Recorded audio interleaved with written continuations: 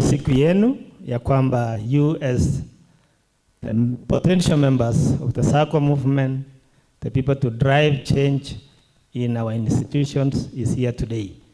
For those of us who are joining online, and even those who are here today, this is your day to know more about what Boresha Sacco does.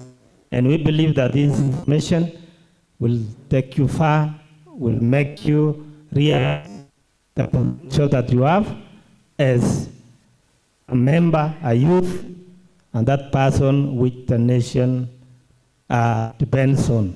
Sio ile nyakati ya kusema ni ya siku zijazo, it is now.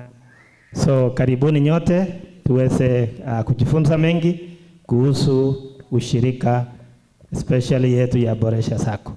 Kwa majina naitwa Gabriel Cherop, Head of Credit based at the head office, but we are all here today to learn.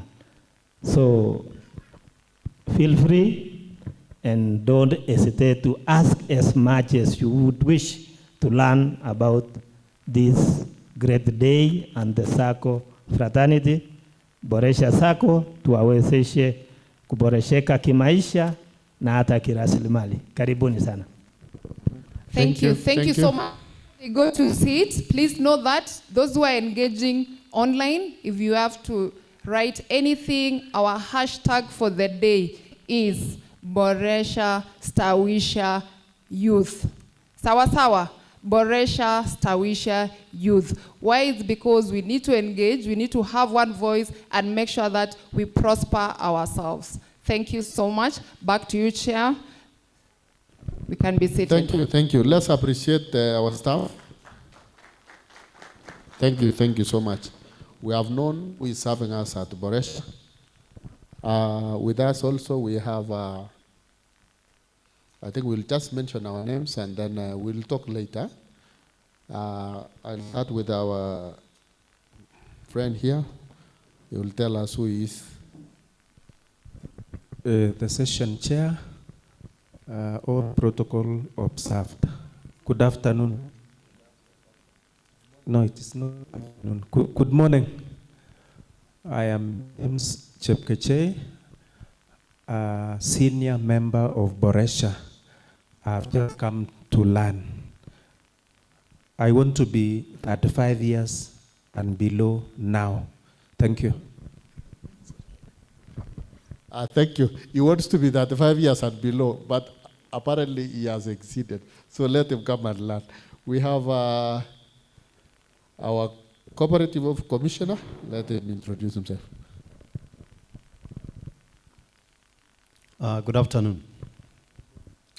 My name is David Maina, Cooperative Development Officer. They also call me Commissioner for Cooperative Development.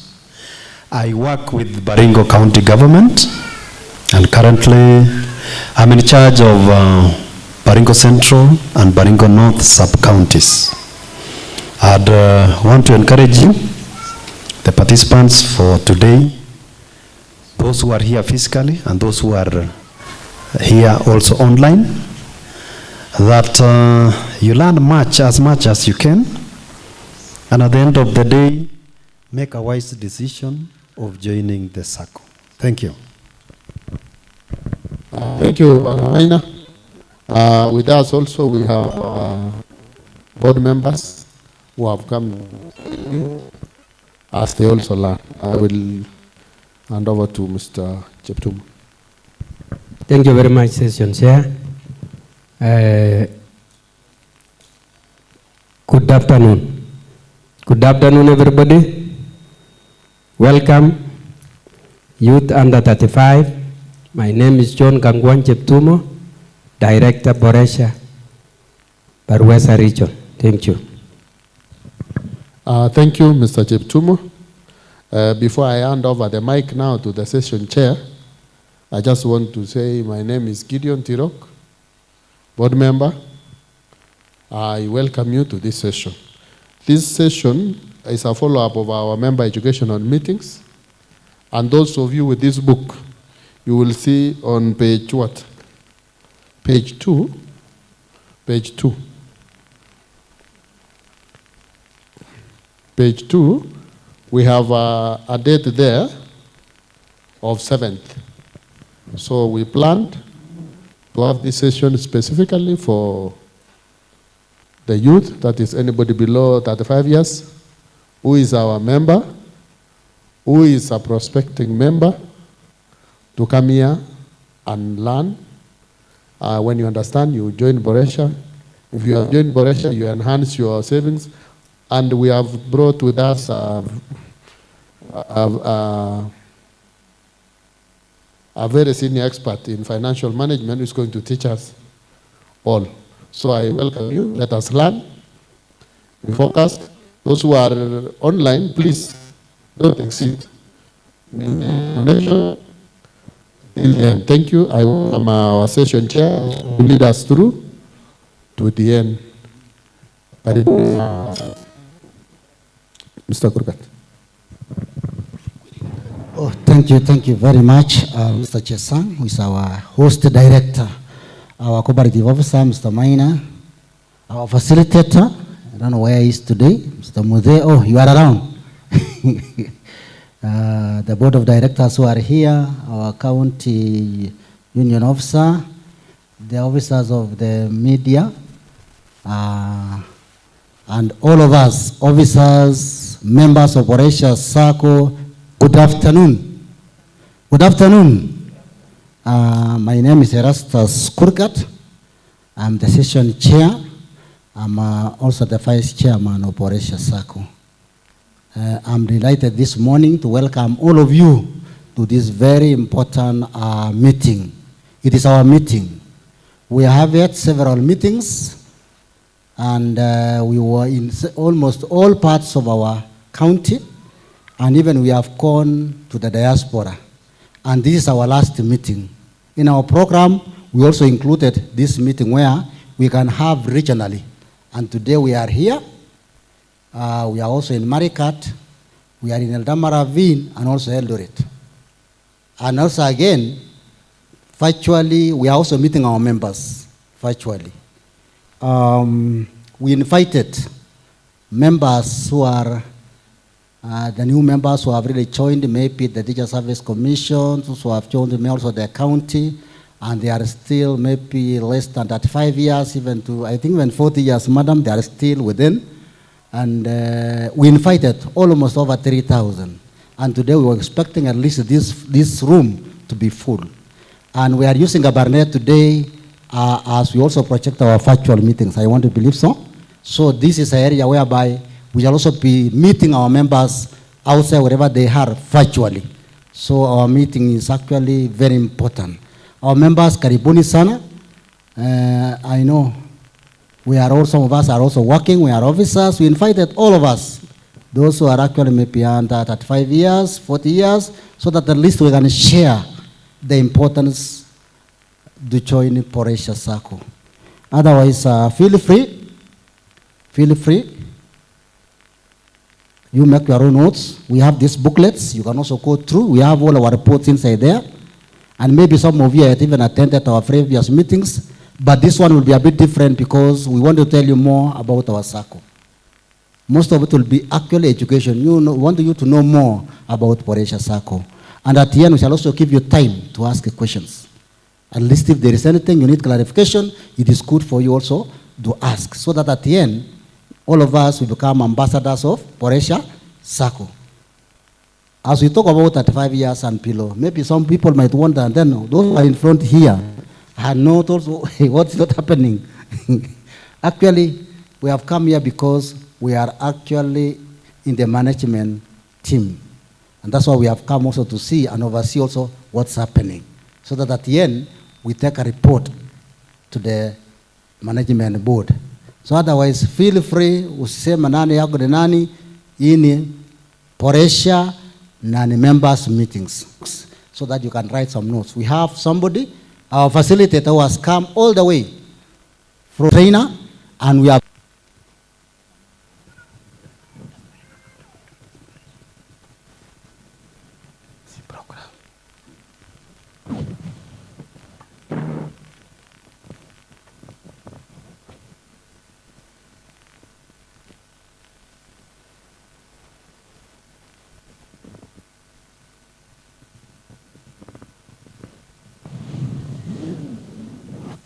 Okay. Before we welcome our trainer, maybe we shall actually maybe give you a brief about Boresha, and then from there now, our trainer now comes in. So, please, can you take us through very fast? I don't know, the rest of us, are we going to join the other team so that we can learn? So I think even us, those who are in front here, we can also join the other so that we can learn. Thank you.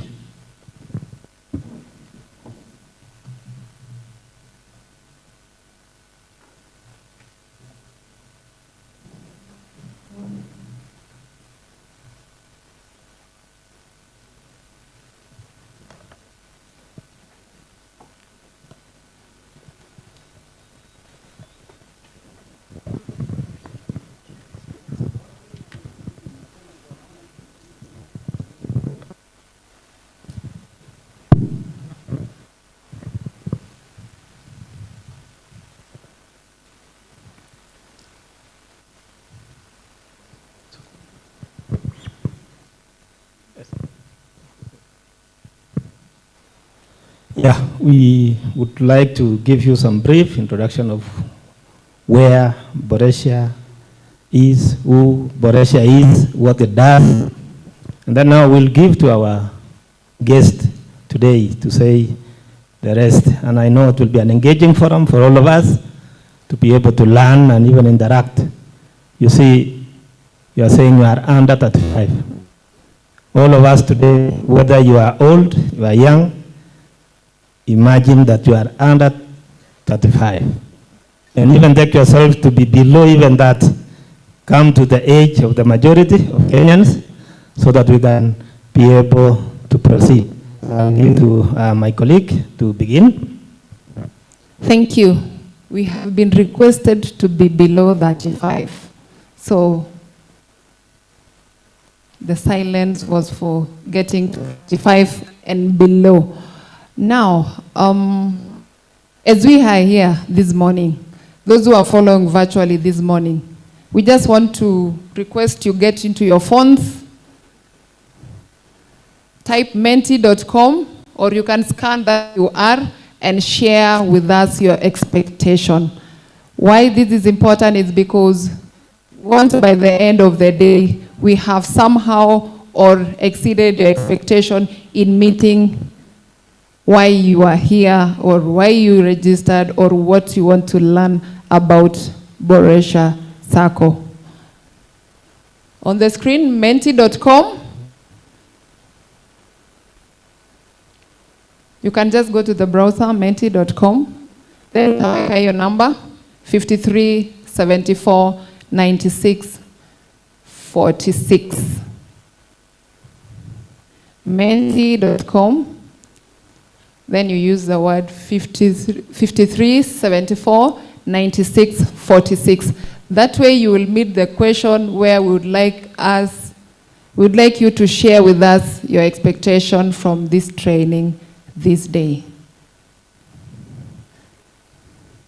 Kwa wale macho imetembea ni 53 76 46.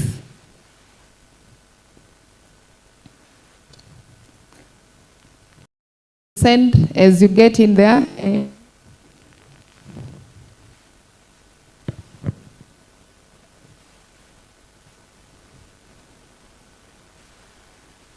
Tuko sawa?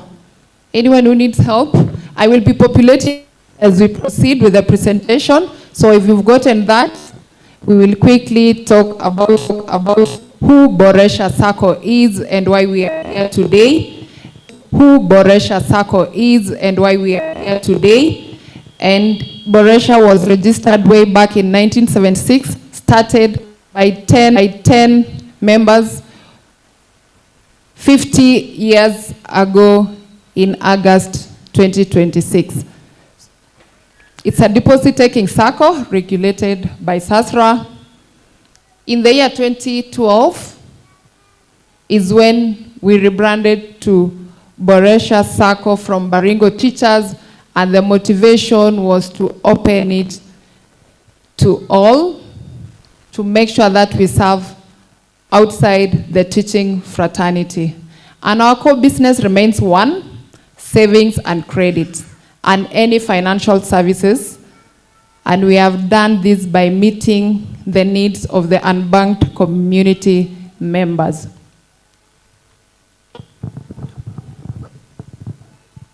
Currently, as an institution, Boresha Sacco, we have members, 93,000 active with asset base of 14.7 billion.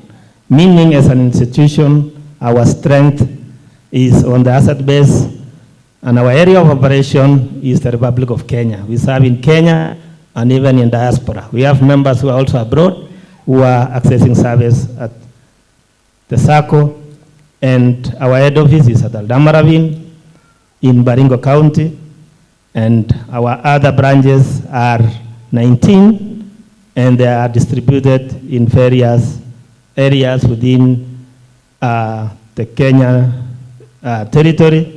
And we have also members we are serving, I say globally, that is those who are in abroad, those who are in States, US, there are those at the Middle East.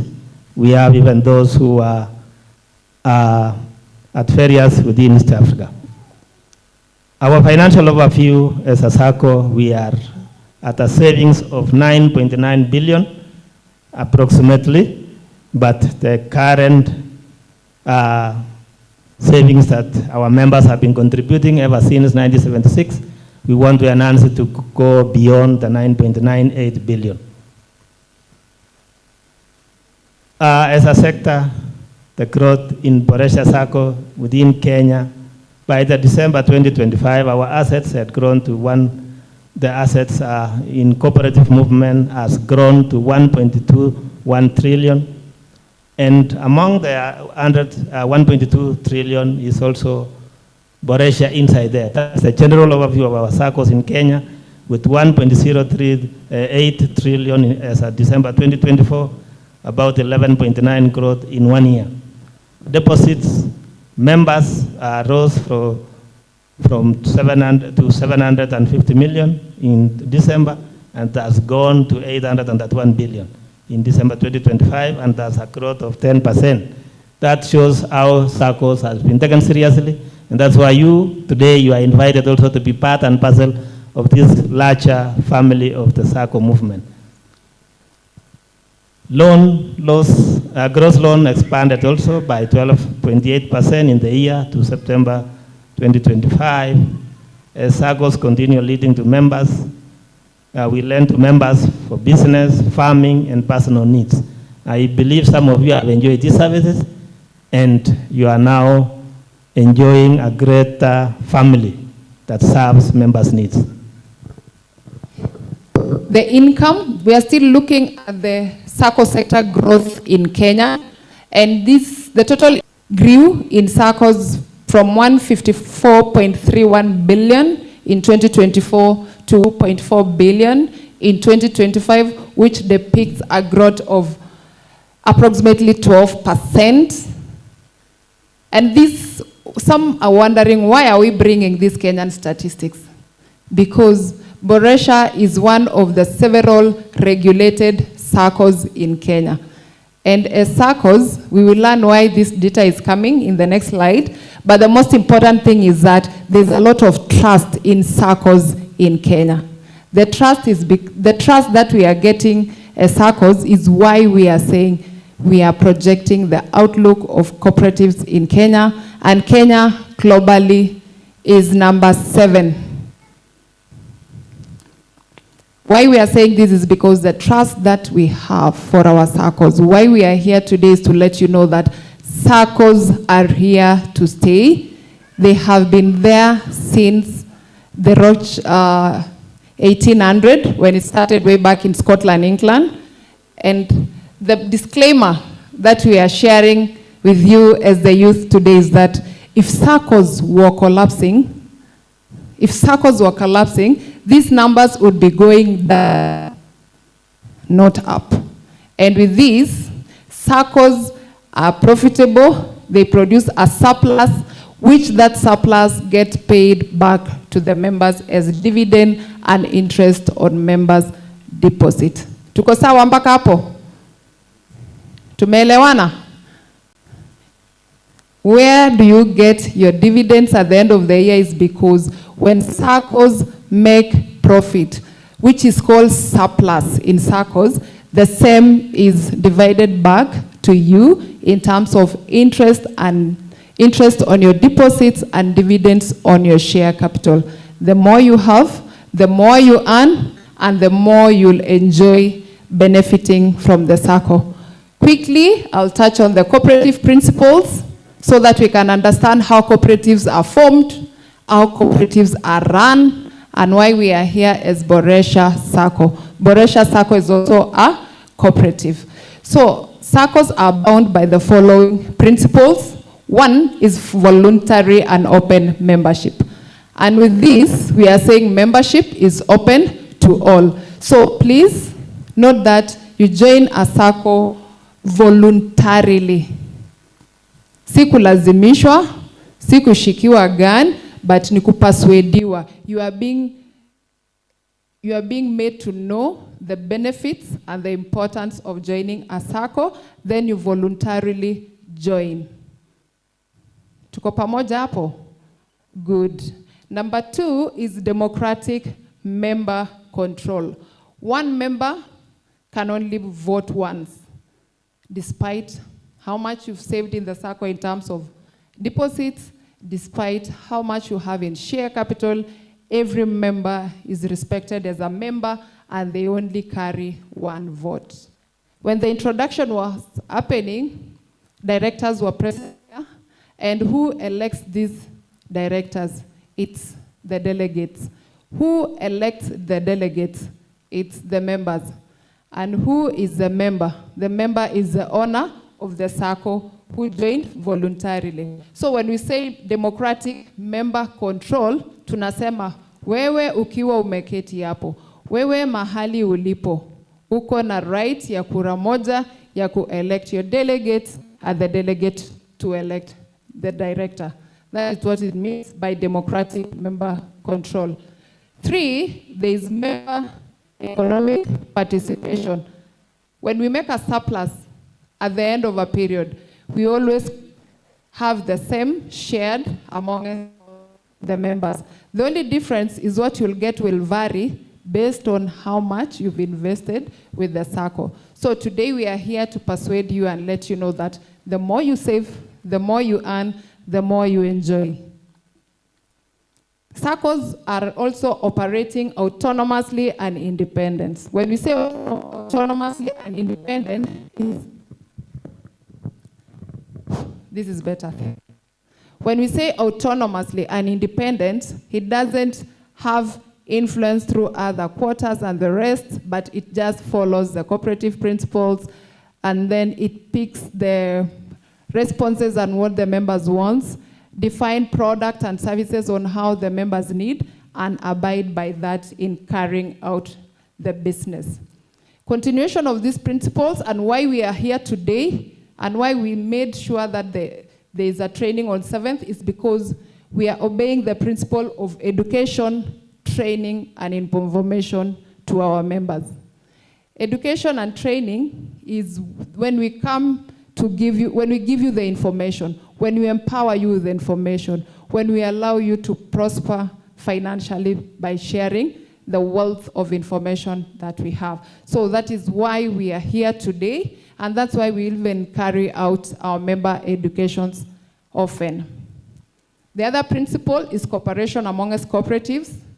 You'll realize that cooperatives are member-owned and cooperatives cooperate with one another. Learning what the other cooperative is doing, benchmarking with those which have advanced, like the originator of cooperatives in England, some cooperatives called credit unions in the UK, Canada, which have advanced. Sometimes we borrow by learning from them through cooperation among us cooperatives principles. And the final one, but not the least one, is the concern for the community. You realize that we don't operate in isolation. We are an institution that operates within the environment, and that's why when we are doing business, we have concern for our community. We have educated needy children. We have assisted reconstruct schools that had disasters where their roof was blown away. We have always reached out, and also we have a member welfare product that we console with the families when they are bereaved. So as a member of Boresha Sacco, you have always felt the cooperative spirit where Boresha wanawajali. They always have concern for you. And with that, we just wanted to give you a snapshot of Boresha Sacco. Then we welcome our trainer. But before we do that, we want to know, what are your thoughts, or what do you know when you hear the word Sacco? Ni nini inapita kwa akili yako ukisikia tu the name Sacco? Mwingine atafikiria ile ya matatu, ile ya Sacco Travelers. Mwingine atasikia Ekesa Sacco, wengine watasikia vitu zingine tofauti. But what rings into your mind when you hear the word Sacco? And do you have a difference, or can you note a difference between a Sacco and any other financial institution? That is a question that I'm posing to you as we welcome our facilitator to take us through and enlighten us more about cooperatives to allow us understand better. We'll be back later to pick from where we've left. So asanteni sana, and let's engage. Thank you. I don't know for you, those of us by this side, are you able to see the screen, or you can? Muko sawa? Asante.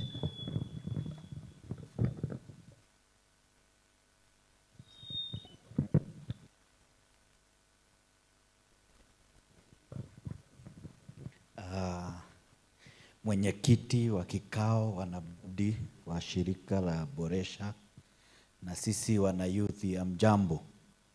Hamjambo. Mungu ni mwema na kila wakati. Kwa jina najulikana kama Muhasibu Anthony Muthe Njiru. Zaidi ya hapo, mimi ni mkulima wa parachichi. Ila leo tutazungumza mambo ya ukulima, tutazungumza mambo ya shirika letu la Boresha, financial wellness, mambo ya kuboresha mambo yetu ya pesa. Sijui mngependa tuendelee kwa lugha ya Kiswahili ama tuchanganye? Naona mkubaridi kidogo Kiswahili chetu. Nipungie mkono kwa hewa namna hii. Nipungie mkono kwa hewa, nisalimie vizuri ndio tupate joto kidogo. Aya, kisha shika kisogo. Kisogo is which one? This one or this one? Hapa ni kama hatutaweza kweli. Kisogo is which one? Yes, na mbona wengine mnashika huku? Ni kwa sababu learning occurs by what we see as well as what we hear. So my name is CP Anthony Njiru. I'm an accountant by training, also a trained teacher, but most important, I'm an avocado farmer. Okay? So parachichi ni avocado. Sawa sawa. But I'm here to talk about financial wellness. Ningependa tuweze kuwa na njia ya kutajirika. I would want us to know, how do we become wealthy? Anybody would not want to become wealthy? By show of hand. Anybody mwenye hataki kutajirika? Sisi sote tungependa kutajirika, si ni kweli? Isn't it? So that is our main purpose. And I hope as we progress that we'll be able to pick areas and the right path. And the things we'll be sharing with you are things that many of the old men you are seeing here wish they learned earlier. Sawa sawa. Wengine wanakuja kuyasoma baadaye. So you are privileged. And I hope out of this sitting, wakati tutaitana tena, utaambia watu yale mambo tulisoma yalikuwa mazuri, kama yatakuwa mazuri, sawa sawa. So that we become more of us as we progress. So without wasting much time, let us get into the business of the day. We are looking at financial wellness. But before we look at financial wellness, na usingangane kukope ile mambo tuna display. Whatever we are displaying here, we shall share in your WhatsApp, in the platforms that you have, so that you can also go and look at them. The reason you have been given a notebook ni kuandika anything that we may mention. Unajua kuna ile unaweza sikia this one is critical. Sawa sawa. Unaweza kaa usikia hii ni mwecheche, lazima nitafuatilia. Hiyo una note down. Sawa sawa. Kuna ile unaweza sikia hii, it's a point that I may need to take home. Na tena tumekupea notebook ndio ukae serious. Sawa sawa. Hatuwezi taka ukae hivi kama we are joking and we are very serious. So financial wellness. Before we proceed, is money everything? Pesa ni kila kitu. Is money everything? Is it? Is money everything? If you are told to choose between your kidney and money, which one would you choose? Money. Tuchukue kidney, tuende nayo. Sawa. If you are told to choose between health and money, which one would you choose? Ukiambiwa uchague kati ya afya na pesa, si ni afya, pesa utafutwa, isn't it? Yes, so money is not everything. So before we can even talk about money, it is important for us to appreciate that money occurs within a space. So as a human being, you have 5 pillars. Tuko na nguzo 5. Nguzo ngapi? 5 za maisha that we need to balance. And I will quickly go through those nguzos, and then we shall talk about financial wellness because it's one of the pillars. So nguzo ya kwanza is physical health. So as you are looking for money, kindly take care of your physical bodies. Are we together? Na kuchunga miili yetu, mambo ni matatu. Na sio kwenda za uni. Mambo ni matatu. The first one is nutrition. We must check what we are eating. I know when we are in our youth, we can consume anything and we are okay, isn't it? But remember, hao wazee unaonanga wakikunywa dawa za diabetes, they were pre-diabetic for 20 to 25 years. So it starts when you're in your 30s. Sawa sawa. Lakini saizi hauoni kwa sababu mwili unaweza kupambana na hii maneno. Tuko pamoja. So it is very, very important you look at your nutrition. Secondly, physical mobility. Jenarfa pia ameamua kuja kusoma. Sawa sawa. Look at physical mobility. Kubali kufanya trip. Properly tunafaa kulala masaa ngapi? How many hours trip? Yes? 2. Kuwa na course. Wanasema tutaenda kusaidia mtu fulani, isn't it? Na inawekwa kwa mitandao na watu wana show up. Lakini kuna wengine wana contribute, you don't show up. So wewe you become a loner. Kufanya kitu fulani, nilikuwa naelekea kusema maandamano. Sasa tunaenda mahali fulani, tokelezea, show up. Commune with other people. Kuna harusi, tokelezea. Sawa sawa. Let us have those social connections. In the cooperative movement, there is a lot of, especially for the youth, there is a lot of platform for support in terms of guarantorship. That if you have 300,000 shillings, you can access 1,000,000 shillings if you know another youth that mnaweza shikana mkagarantiana na ukasaidika. Sawa sawa. But within those social connection, pia ujue kuna risk. Kuna watu watakutafuta mkue marafiki ndio wakuibie. Sawa sawa. Ndio wakuibie. So you need to also be cautious. You need to protect yourself. The other 2 pillars, which we shall take a bit more time on, is mental health, and finally, of course, ile imetuleta hapa financial health. Mental health. Siku hizi kuna mambo ya stress. Mmesikia mambo ya stress, isn't it? Mental health issues, misukumo ya mawazo. And who are suffering more, the men or the women? Nani wanaathirika zaidi? When I pose a question, I'm expecting you to answer your neighbor. So wakati unaona neighbor amenyamaza, mwambie neighbor, wewe ndio unaulizwa. Sawa sawa. Who are suffering more, the men or the women? Men or women? The men. Both are suffering, but who are suffering more? More means there is one who mwenye amefinyirika zaidi. Yes? The men more than the women. The boy child. Yes? Why the boy child? Why do you think the boy child is suffering more? Yes? They have more responsibilities. Ni kweli? Yes? Wako na majukumu mengi kuliko the ladies. Is that true? The men have more responsibilities than the women. We agree, isn't it? Sidio? Wanaume hoe. Muko na majukumu mengi kuliko the ladies, isn't it? It is true. The men in an ideal society have more responsibilities. Indeed, even the women are our responsibility, isn't it? However, wanaume, men are capable of running away from their responsibilities. Something that women don't do. Mwanamke mkiwa na familia, haezi toroka akaacha watoto. Lakini wanaume, wanatorokanga. Wengine, hata wanakuwa wako hapo na ametoroka. Yuko, lakini hayuko. Sawa sawa. Physically you are seeing him, but the fella is contributing 0. Yuko tu. Sawa sawa. Yuko tu. But still it is the men who are getting more stressed. Why? Because we don't talk. We don't share. And even when we share, we are not helped. Ama mnawasaidianga. When they share, do you help them? Wakishare, are they helped? Let me give you an example. Vile tumekaa hapa, msichana mmoja tu hivi, aandikie wavulana 10 sina data. By the time we are through with the sitting, unapata 7 of them have bought bundles. Wametuma thao ya bundles. Sawa sawa. Lakini mwanaume jaribu uandike. Hizo unakaanga aje? Sawa sawa. Hujipangi. Nevertheless, as a man, we need to share. At least get other men, 2 or 3 men that you can talk to. Tuko pamoja. That you can share. Unaweza mwambia, that lady I was trying to cut for. Huyo dem nilikuwa najaribu kukatia, alinikataa. Naye anakuambia ni sawa, hata mimi nilikataliagwa. Sawa sawa. Yes, you share. That is how you strengthen each other. Unamwambia, anaenda kuambia, bibi yangu aniongeleshi. Naye anakuambia heri huyu akuongeleshi. Wangu ananikanyangianga teke kwa mlango. Sawa sawa. So that we need as men to find other men. A few men, 2 or 3 men that you can be able to share to. Tusipate ati ulienda ukajinyonga. Sawa sawa. So there is that need for us to commune. Mental health.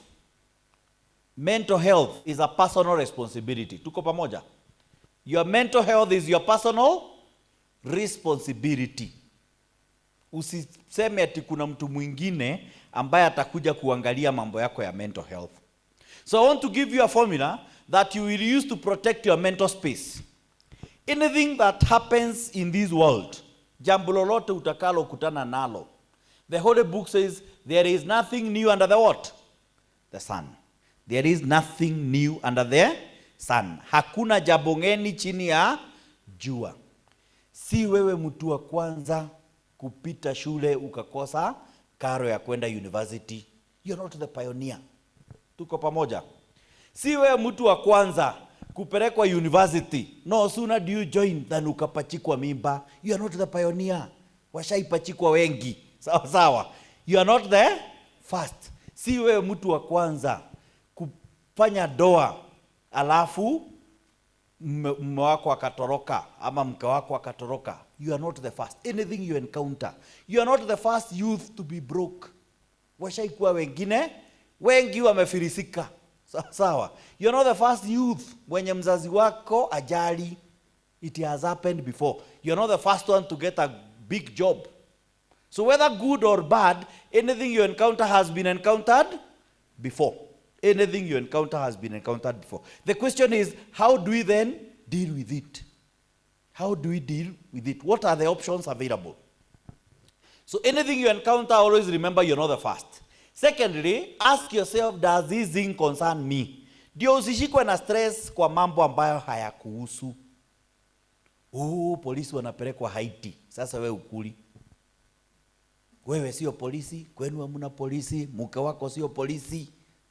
Girlfriend yako sio polisi, boyfriend yako sio polisi, lakini sasa polisi wanapelekwa Haiti. Irani imebomiwa. Wewe haukuli. Eventually it may affect us at a macro level, but it should not affect you at that personal level mpaka ina kukoroga mambo yako. Man imepigwa. Sasa wewe, and there is nothing at Chelsea. Anasema ni Chelsea ndio inapigwa. There is nothing new under the sun. Ishaipigwa tena, isn't it? Tena sio yenu, you are not the manager there. Si wewe ulikuwa goalkeeper ukasema ati wewe uliachilia ball. Sawa sawa. So let us run to separate issues. And even where these issues affect us, we must then ask ourselves to what extent. And what can I do about it? Mzazi ameaga. Does it affect you? Yes, this is your parent, isn't it? But he is gone. Huwezi mrudisha. So what can I do about it? First is to accept, isn't it? Is to accept. Then we proceed to give them a decent send-off. Na tupange maisha sasa tuendelee mbele. So watu wakiwa kule juu wanaona kweli hawa vijana tulilea. So let us protect our mental space. Let us protect our mental health. And finally, financial health. This will be our main discussion of the day. Financial health. Where do we start? First, you need to have a plan. Plan kwa Kiswahili inaitwa nini? Yes? Plan kwa Kiswahili inaitwa nini? Mpango wa kando. Yes? Mpangilio, thank you. Mpangilio. You need to have a plan. And where do you start your plan? You start first by assessing your current status. Uko wapi saa hizi? Take stock. Take stock. And one of the advantages you have as a youth is that you are young. You have time. Okay? But in taking stock, I would want you to note down 3 things. Ningependa unukuu mambo matatu. The first one is assets. Andika assets. Assets kwa Kiswahili inaitwa nini? Assets kwa Kiswahili? Aseti. Yes? Rasilimali. Rasilimali ni natural resources. Isn't it? So what is asset? Mali. Mali tu, bila rasili. Whether rasili or otherwise. Sawa sawa. So assets ni mali. So I would want you to take stock of your assets. Ni nini uko nayo ambayo ni yako? Sawa sawa. Uko na gari, shamba, ng'ombe, mbuzi, shares, money market fund, fixed deposit mahali, cash, anything you have, assets. Secondly, is your average, is your liabilities. Mko na madeni? Mko na madeni? Yes, Tala, Branch, gani zingine ziko? Zenka. Yes, Hasra Fund. Hasra Fund, gani ingine? Table banking, hizo zote. Boresha loan, take stock of your liability. Na jambo la tatu is your average monthly income. Mapato yako ya kila mwezi. So kama kuna pesa unapatanga once per year, fanya average. Sawa sawa. Kama kuna pesa unapatanga every week, jumuisha. Speculate. We are not saying you come up with an exact figure, but estimate how much do I roughly get per week. Kama ni pocket money unapatanga once per semester, fanya average per month ni ngapi. Those 3 parameters represent your status. Wakati unaenda kukama up na plan, usipange na ya mtu mwingine. Usisemange mimi ningekuwa nikilipwa milioni kama MP, ningekuwa nakula 50,000 na invest 950. Wachana na ya MP, pangia hii yako 5,000. Sawa sawa. Wachana na hiyo. Wengine they live in the past. Ungenipata siku ya uhuru wakati wa elections, nilikuwa na pesa, sijui nilikuwa returning officer, nilikuwa agent. Hiyo hukutumia vizuri, hukujipanga, wachana na hii. Wachana na hiyo. Ungenipata siku nilikuwa university, nilikuwa na pocket money, wachana na panga na yako. And I would want you to develop 5 plans. How many plans? 5 plans. Na nataka uzi note down. 1 year plan. From now to next year, a time like now. A 1 year plan. 1 year plan. Secondly, a 3 year plan. 1 year plan, 3 year plan. Thirdly, a 5 year plan. 5 years. Fourth, a 10-year plan. And finally, a 20-year plan. Holding all things constant. Ile mnaita ceteris what? Ceteris paribus. Mambo ikibaki hivi for the next 20 years. At what point will I do my building? At what point will I make my first million? At what point will I make my 10th million? At what point will I make my 100th million? Within that span of 20 years. To what level do I want to get into? So develop those 5 plans, write them down. Usiziweke kwa kichwa. Sawa sawa. Uziandike, uende uandike chini. Now in the development and implementation of your plan, there are 2 major things that will impact your plan. Jambo la kwanza ni madeni. Nyinyi mko na madeni kweli? Mko na madeni? Sio sana, si ndio? Sana, wazee wanaweza kuwa kwa na madeni hawa. Lakini the youth, sidhani mko na madeni sana. And debts can sink you. Madeni yanaweza yakakupeleka hapa. And debts can also build you. But most of the people, wale wengi madeni yao yanawapeleka hapa. Because as a nation, many of us, we are borrowing for consumption. Tunakopa pesa ya kukula. ya kutumia. Unakopa ungare, unakopa sijui uende show ya Vibes Cartel, sawa sawa. Unakopa for things that will not be there after. Sawa sawa. Many of us, we are borrowing for consumption. We are borrowing to venture into businesses that we don't know of. Juu rafiki yako alinunua matatu, wewe unakopa unanunua matatu. Matatu inagoka mtu, unabaki na kesi. Sawa sawa. So we are borrowing to invest in what we call wasteful ventures. Kwa sababu tumeambiwa njia kutajirika ni kujaribu biashara. So tunajaribu bila mwelekeo. Sawa sawa. And thirdly, many of us are also borrowing to buy land. Land is a good investment. They appear to be very brilliant when we age. Many years later, hao pekee ndio wanabaki na kitu. So they appear to be very sharp. But land is a killer of capital. If you go buying land very early, when you are young, you have gotten your first chameleon, then you buy land, then you are left with no capital. Because land is illiquid. If you need quick money, you have to sell that land at a discount. Kama market value ni 2 million, ulinunua 1 million, utapata unauza 1.2. Hakuna mtu wako willing kuinunua 2 million. I'm not saying we should not buy land, but I don't expect you at 20 years ndio unangangana na kutafuta na maplot 25 years. You are tying down your capital, and we will demonstrate how. So debt is very, very important, and once you go the route of wasteful loans, they can derail you. Ukikopa inakuchukua miaka 3 kulipa na hiyo loan pesa ilipotea. Kama ulikuwa 26, you are now 29. Si ndio? Unakopa tena, by the time umalize tena you are now 32. Unaendelea hivyo unajipata uko 40, unazungusha maloan, utazeekea hapo ukizungusha loan. So by the time you borrow, you need to be very, very clear on where you are taking this money and what you'll do with it. And today I don't want to focus so much on personal debt management. We have a whole training on personal debt management. Ile siku utakuja kusoma mambo ya personal debt management, nitawatolea ushuhuda vile mimi mwenyewe karibu nizame kwa madeni. At one point I had debts of more than 15 million, formal debts, zile nimekopa kwa institutions. And you may ask yourself, how do you get to that point? Shida ya deni, wakati uko kwa shimo, ndio uko na tamaa ya kuendelea kuchimba. Unaona I have ideas, ni pesa nakosa. So you're already in a problem.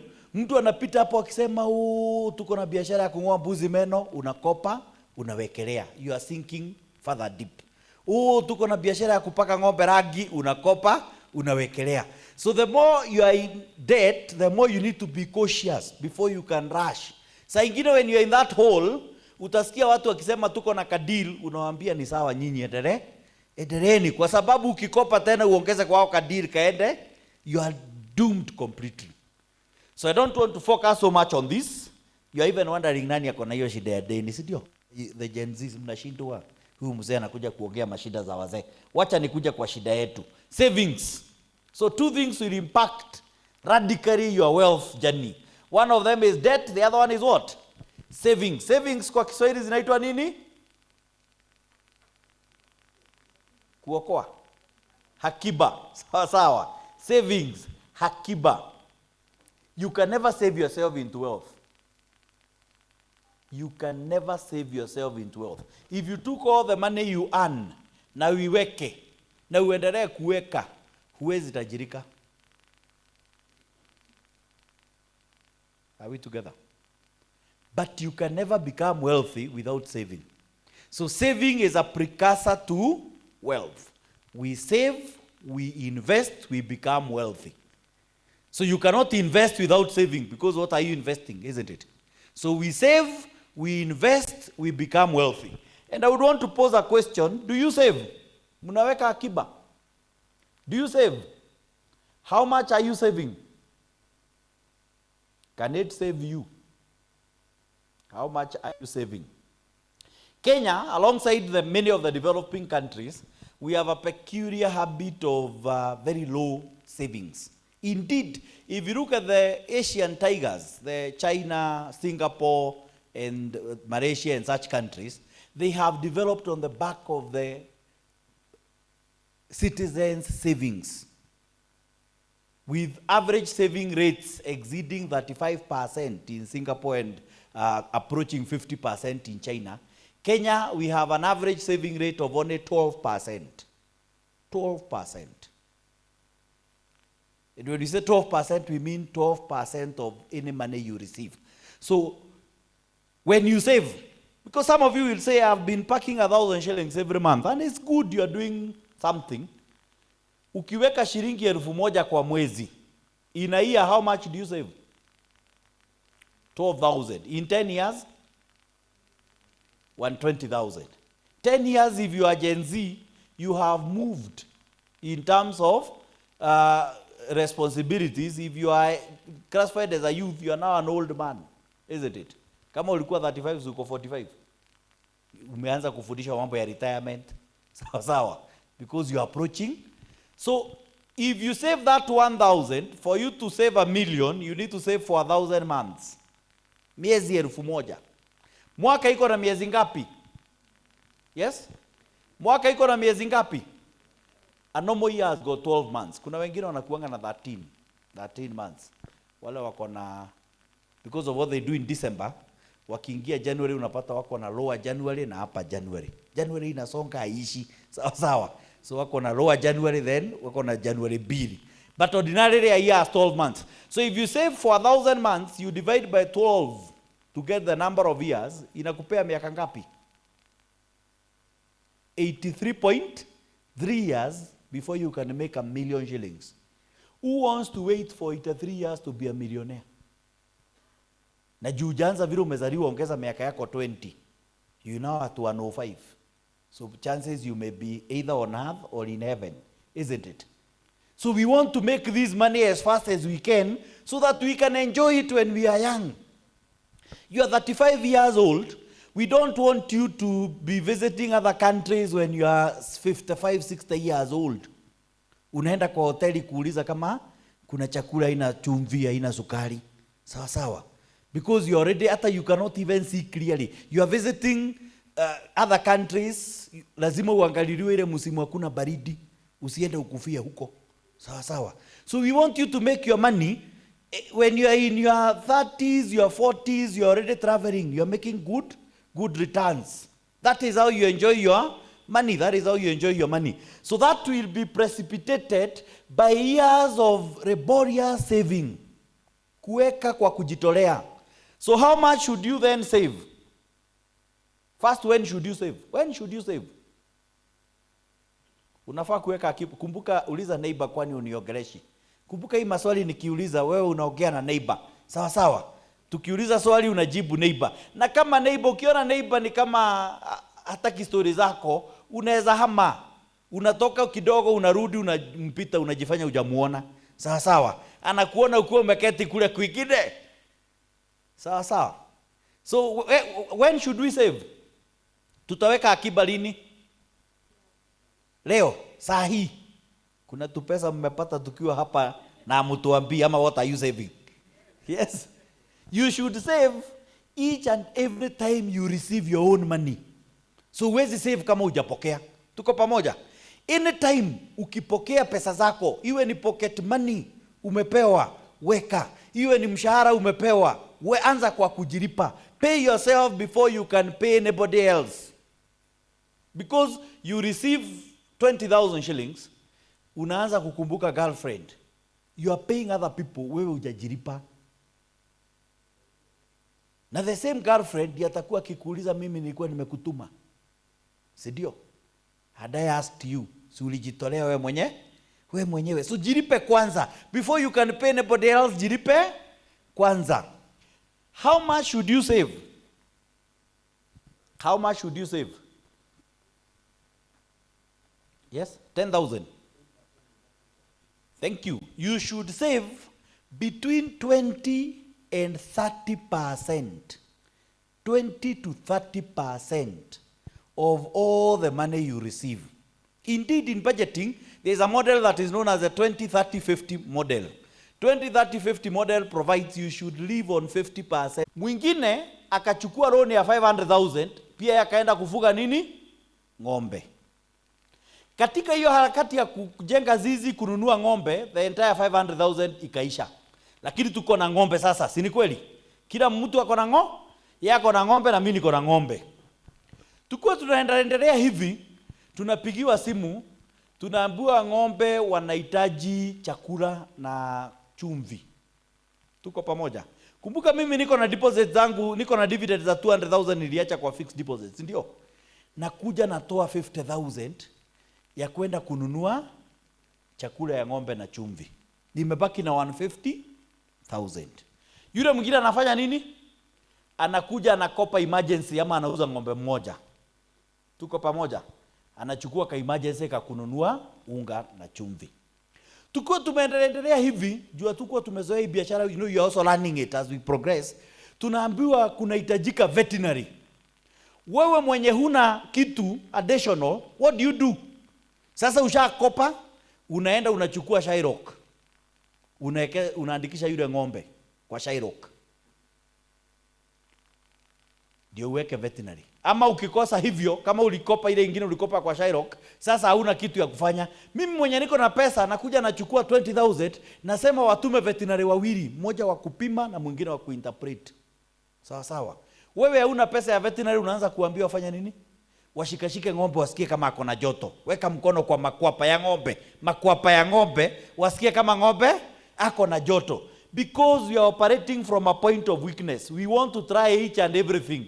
Sio biashara zote ukiwa kila mahali, you are spreading yourself thin. Focus na moja, hiyo kidogo inakupea, jipee miaka ya kusave, save religiously, and then hii pesa ndio ikikupea hiyo foundation, now you can try other ventures. Now how shall we get money to save passively na pesa yenyewe haitoshi? Your financial freedom depends on nothing but financial discipline. Kuna jamaa moja ameandika kitabu inaitwa The Psychology of Money. Mwandishi anaitwa Morgan Housel. Katika hicho kitabu anasema kutajirika kwako kutatokana na nidhamu yako, sio uwerevu. Kuna watu mlisoma nao, isn't it? Who qualified very well, wengine hata labda wako ng'ambo ma university huko majuu. They may not become wealthy faster than you if they fail the behavior test. It's not about intellect. Ni tabia. Na behaviors are a function of several things. One of them is habits. What habits do you cultivate? Habits. Mazoea ya kuweka pesa kwa Sacco. Tuko na pay bill. Iko hapa. So anytime you get money, you don't have to walk to the Sacco, isn't it?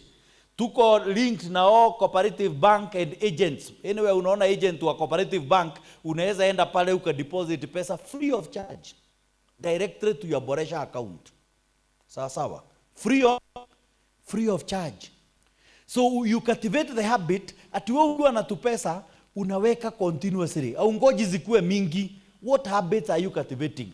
Uko na tabia ya kupanga pesa zako. And secondly are the rules. Sheria za pesa.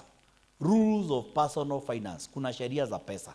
And quickly we go through these rules. The first rule is have a savings plan. Without a plan you will not reach your goals. You are shooting in the dark. Sawa sawa. Have a plan. Have a plan. Without a plan, anywhere you are going is kama una mahali unaelekea, si kila mahali umefika ni sawa. If you have no goal, if you have no destination, anywhere you arrive is a destination. Because wewe hakuna mahali ulikuwa unaenda. Sawa sawa. If you have no destination, anywhere you arrive is your destination. So you need to have a plan. Second rule, thou shalt not spend more than you make. Very basic rule. Thou shalt not spend more than you make. You are earning 20,000. Kwa nyumba ya shilingi 6,000 unafanya nini huko? Kama sio fellowship umeenda kusalimia rafiki, kushika mtoto wa mwingine. What are you doing there? Live within your means. Live within your means. Thou shalt not keep up with the hard syndrome. What is the hard syndrome? Peer pressure. Hii sana sana inatuadhiri kama mayouth. Peer pressure. Juu nani alinunua iPhone, umefika ngapi? 17 Pro Max, isn't it? Juu nani alinunua iPhone 17 Pro Max, hata mimi lazima. Aka kangu kaopo, akako sawa. Na ujui labda amepata kisponsor. Wewe sasa pesa yako yote unapeleka kwa iPhone. Na uko hii uko nayo is working like any other. Hakuna siku ushaituma message ya kizungu ikafika ya kikale ukaanza kusema hii na hii imeharibika. Ukijipiga selfie inakutoa wewe, ijaitoa neighbor. Let us live within let us avoid this peer pressure. Hii ndio inafanya unaenda kwa jirani unapata ako na TV ya 70 inch. Unaanza kuona ka TV kako ni kadogo.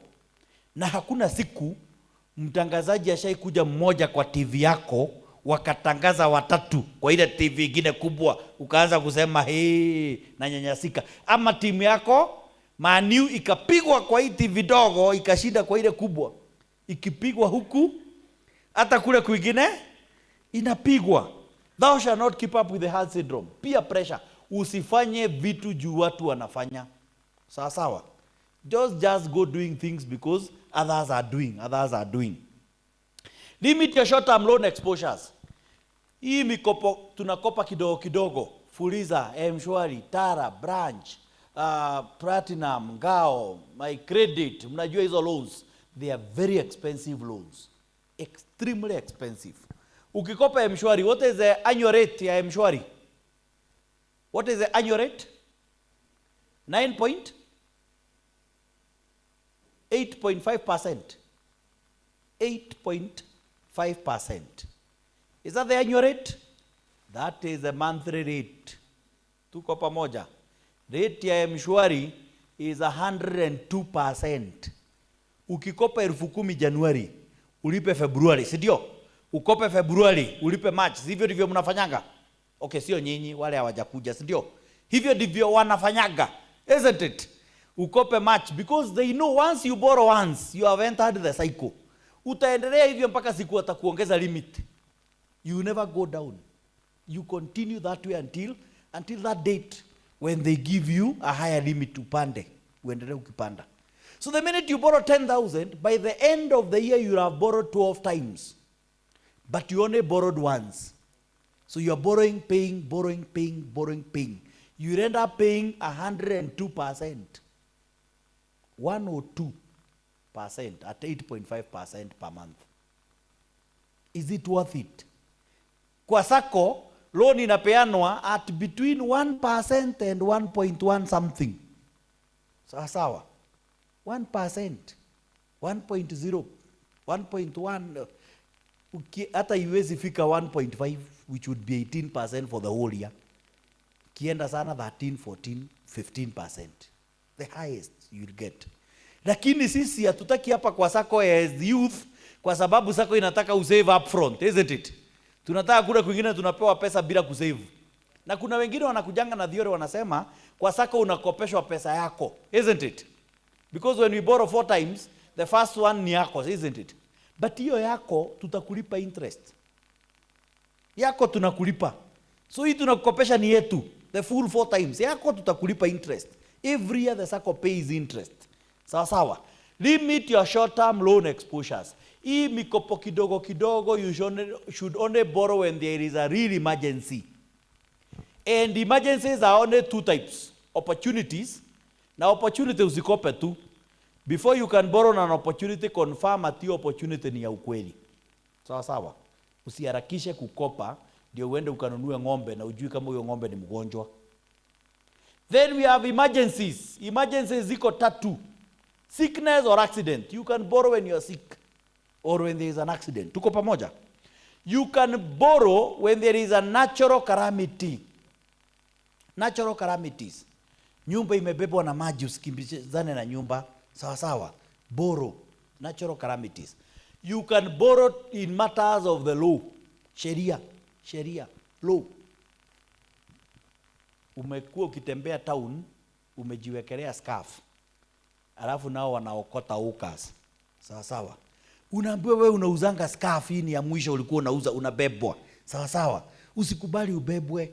Sisemi uhongane, tuko pamoja. Kopa haraka, ulipe cash bill, ulipe cash board, uweke wakili. Or as the Bible says in Matthew, you negotiate with the officer before you are taken to the judge. Hallelujah. Muta negotiate aje kama huna kitu. How will you negotiate when you have nothing? So wacha create emergencies where there are none. Ati wewe kijana ukiwa umekaa hivi mvulana, mmekuwa mkichat na msichana kwa Instagram. Sasa mmechat for long anakuandikia tuma fare. Na saa hizo wewe huna kitu. Sawa. Unachukua hii ni emergency ya kimataifa. Unafuliza, unatuma fare inakuliwa. Sasa umebaki na deni ya pesa, deni ya roho na deni ya mwili kwa sababu hukuwa na akili. Sawa sawa. Limit your short term loan exposures. Limit your short term loan exposures. Usikope kihorera. Pay your monthly bills in time. Pesa ukipata, pesa upata miguu. Are we together? Pesa uongeresha mtu. Wakati hauna pesa, hauwezi sikia pesa ikikuongeresha. Ile siku unapata pesa, ndio pesa inakuuliza mbona unaenda home mapema. Si ndio? Na hata kukanyesha unaweza chukua taxi. Si ndio? Isn't it? Pesa uongeresha mtu. Wakati hauna pesa, you are very disciplined.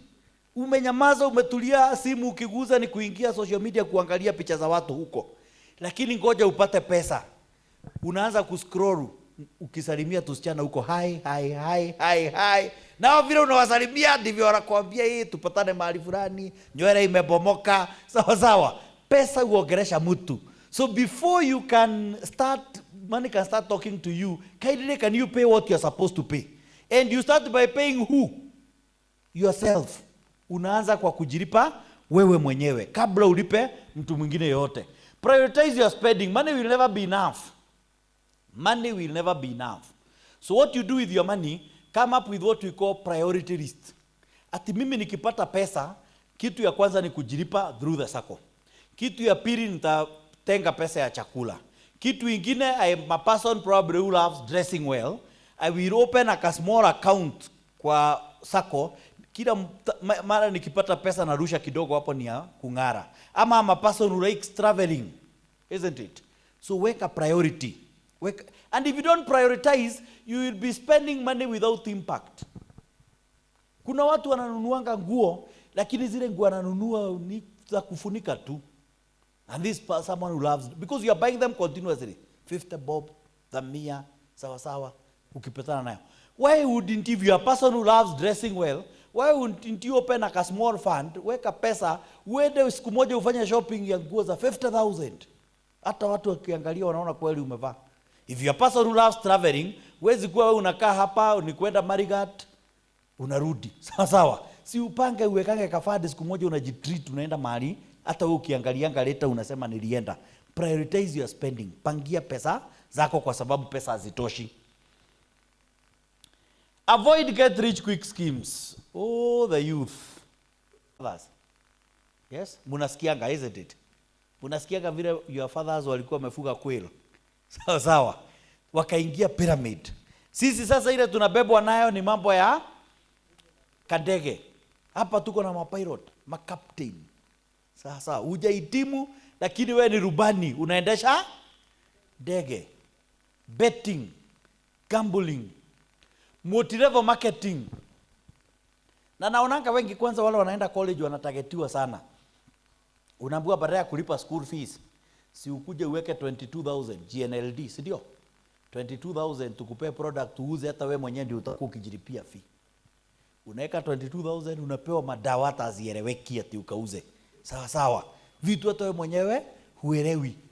Na wanakuonyesha video mzuri sana. Angalia mdosi wetu wa South Africa saa hii. Multi-level marketing. Wewe umeenda kutrainiwa kama caterers, mtu wa food and beverage, mtu wa hospitality, nurse, hata saa ingine accountant, lakini sasa umekuwa daktari wa miti ni dawa.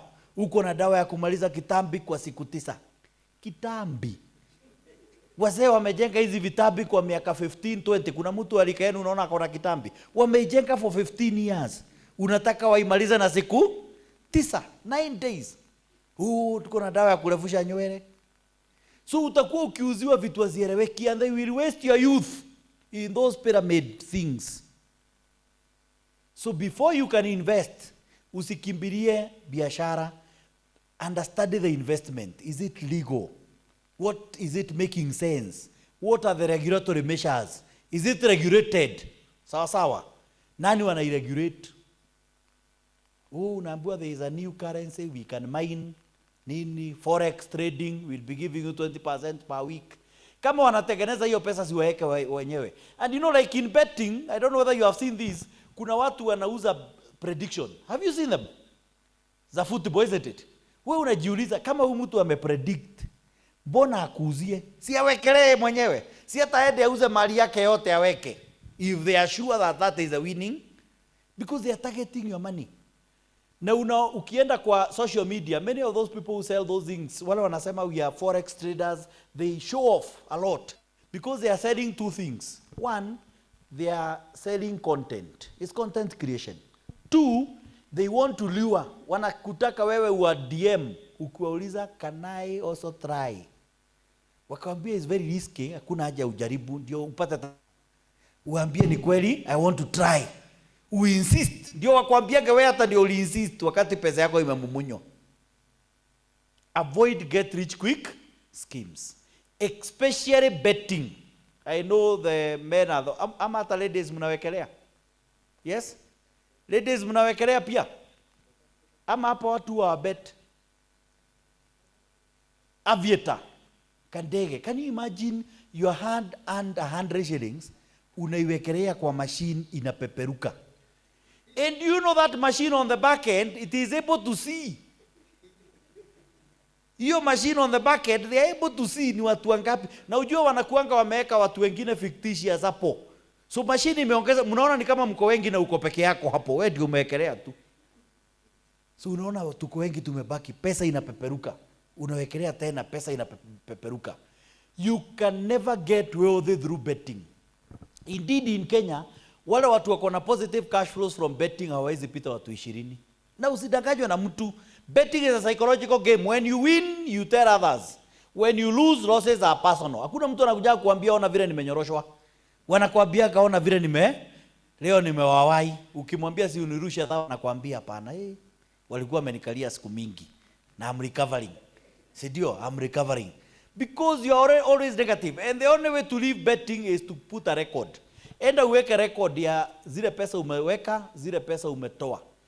And to make sure that you have a control environment, match the same. Ukiweka 100 kwa betting, weka 100 kwa Sacco. After 2 months, angalia ile pesa iko kwa Sacco na uangalie ile umetengeneza kwa betting. And I can assure you, you have lost. Betting is not the way to wealth. I know those who are betting are feeling like we have overstayed in this point. Ndio. Wanasema hiyo tumesikia, harakisha uendelee. Si harakishi. Betting. Sawa sawa. Si harakishi. Betting. Hii tutaiongelea mpaka musikie hiyo uncomfortableness. Because it is not right. Na siku hizi wameingia mpaka kwa radio stations. If you listen to our radio stations, what they are selling is gambling and politics. Kunanga mambo inaendelea and they are funded through betting. Wanaanzanga program asubuhi. Sijui, simuna zijua. Cheza sita. Tambua box. Sijui tambua nani anacheka. Tambua mulio. Wewe unasema paka. Hiyo ni mea, hiyo ni paka, unaambua hapana. Jaribu tena. Sawa sawa. So wanaanzanga asubuhi wanasema for 99 shillings you stand to win 300,000 shillings. Wewe unacheza na 99 bob. Ushinde 300,000. Na runners hapa shinde 200,000. Na watakuwa na wengine wanapewa pesa kidogo kidogo hapa pale. Wanafungua program, wanasema watapatia watu 100 shilingi 5,500. 100 people. Unasema hata mimi siwezi kosa hapo. Si ndio? So mnacheza watu 1 million of you, mnatuma 99 shillings, that is 99 million. Program inaanza, wanapatia watu 100 shilingi 5,000, they have only spent 500,000.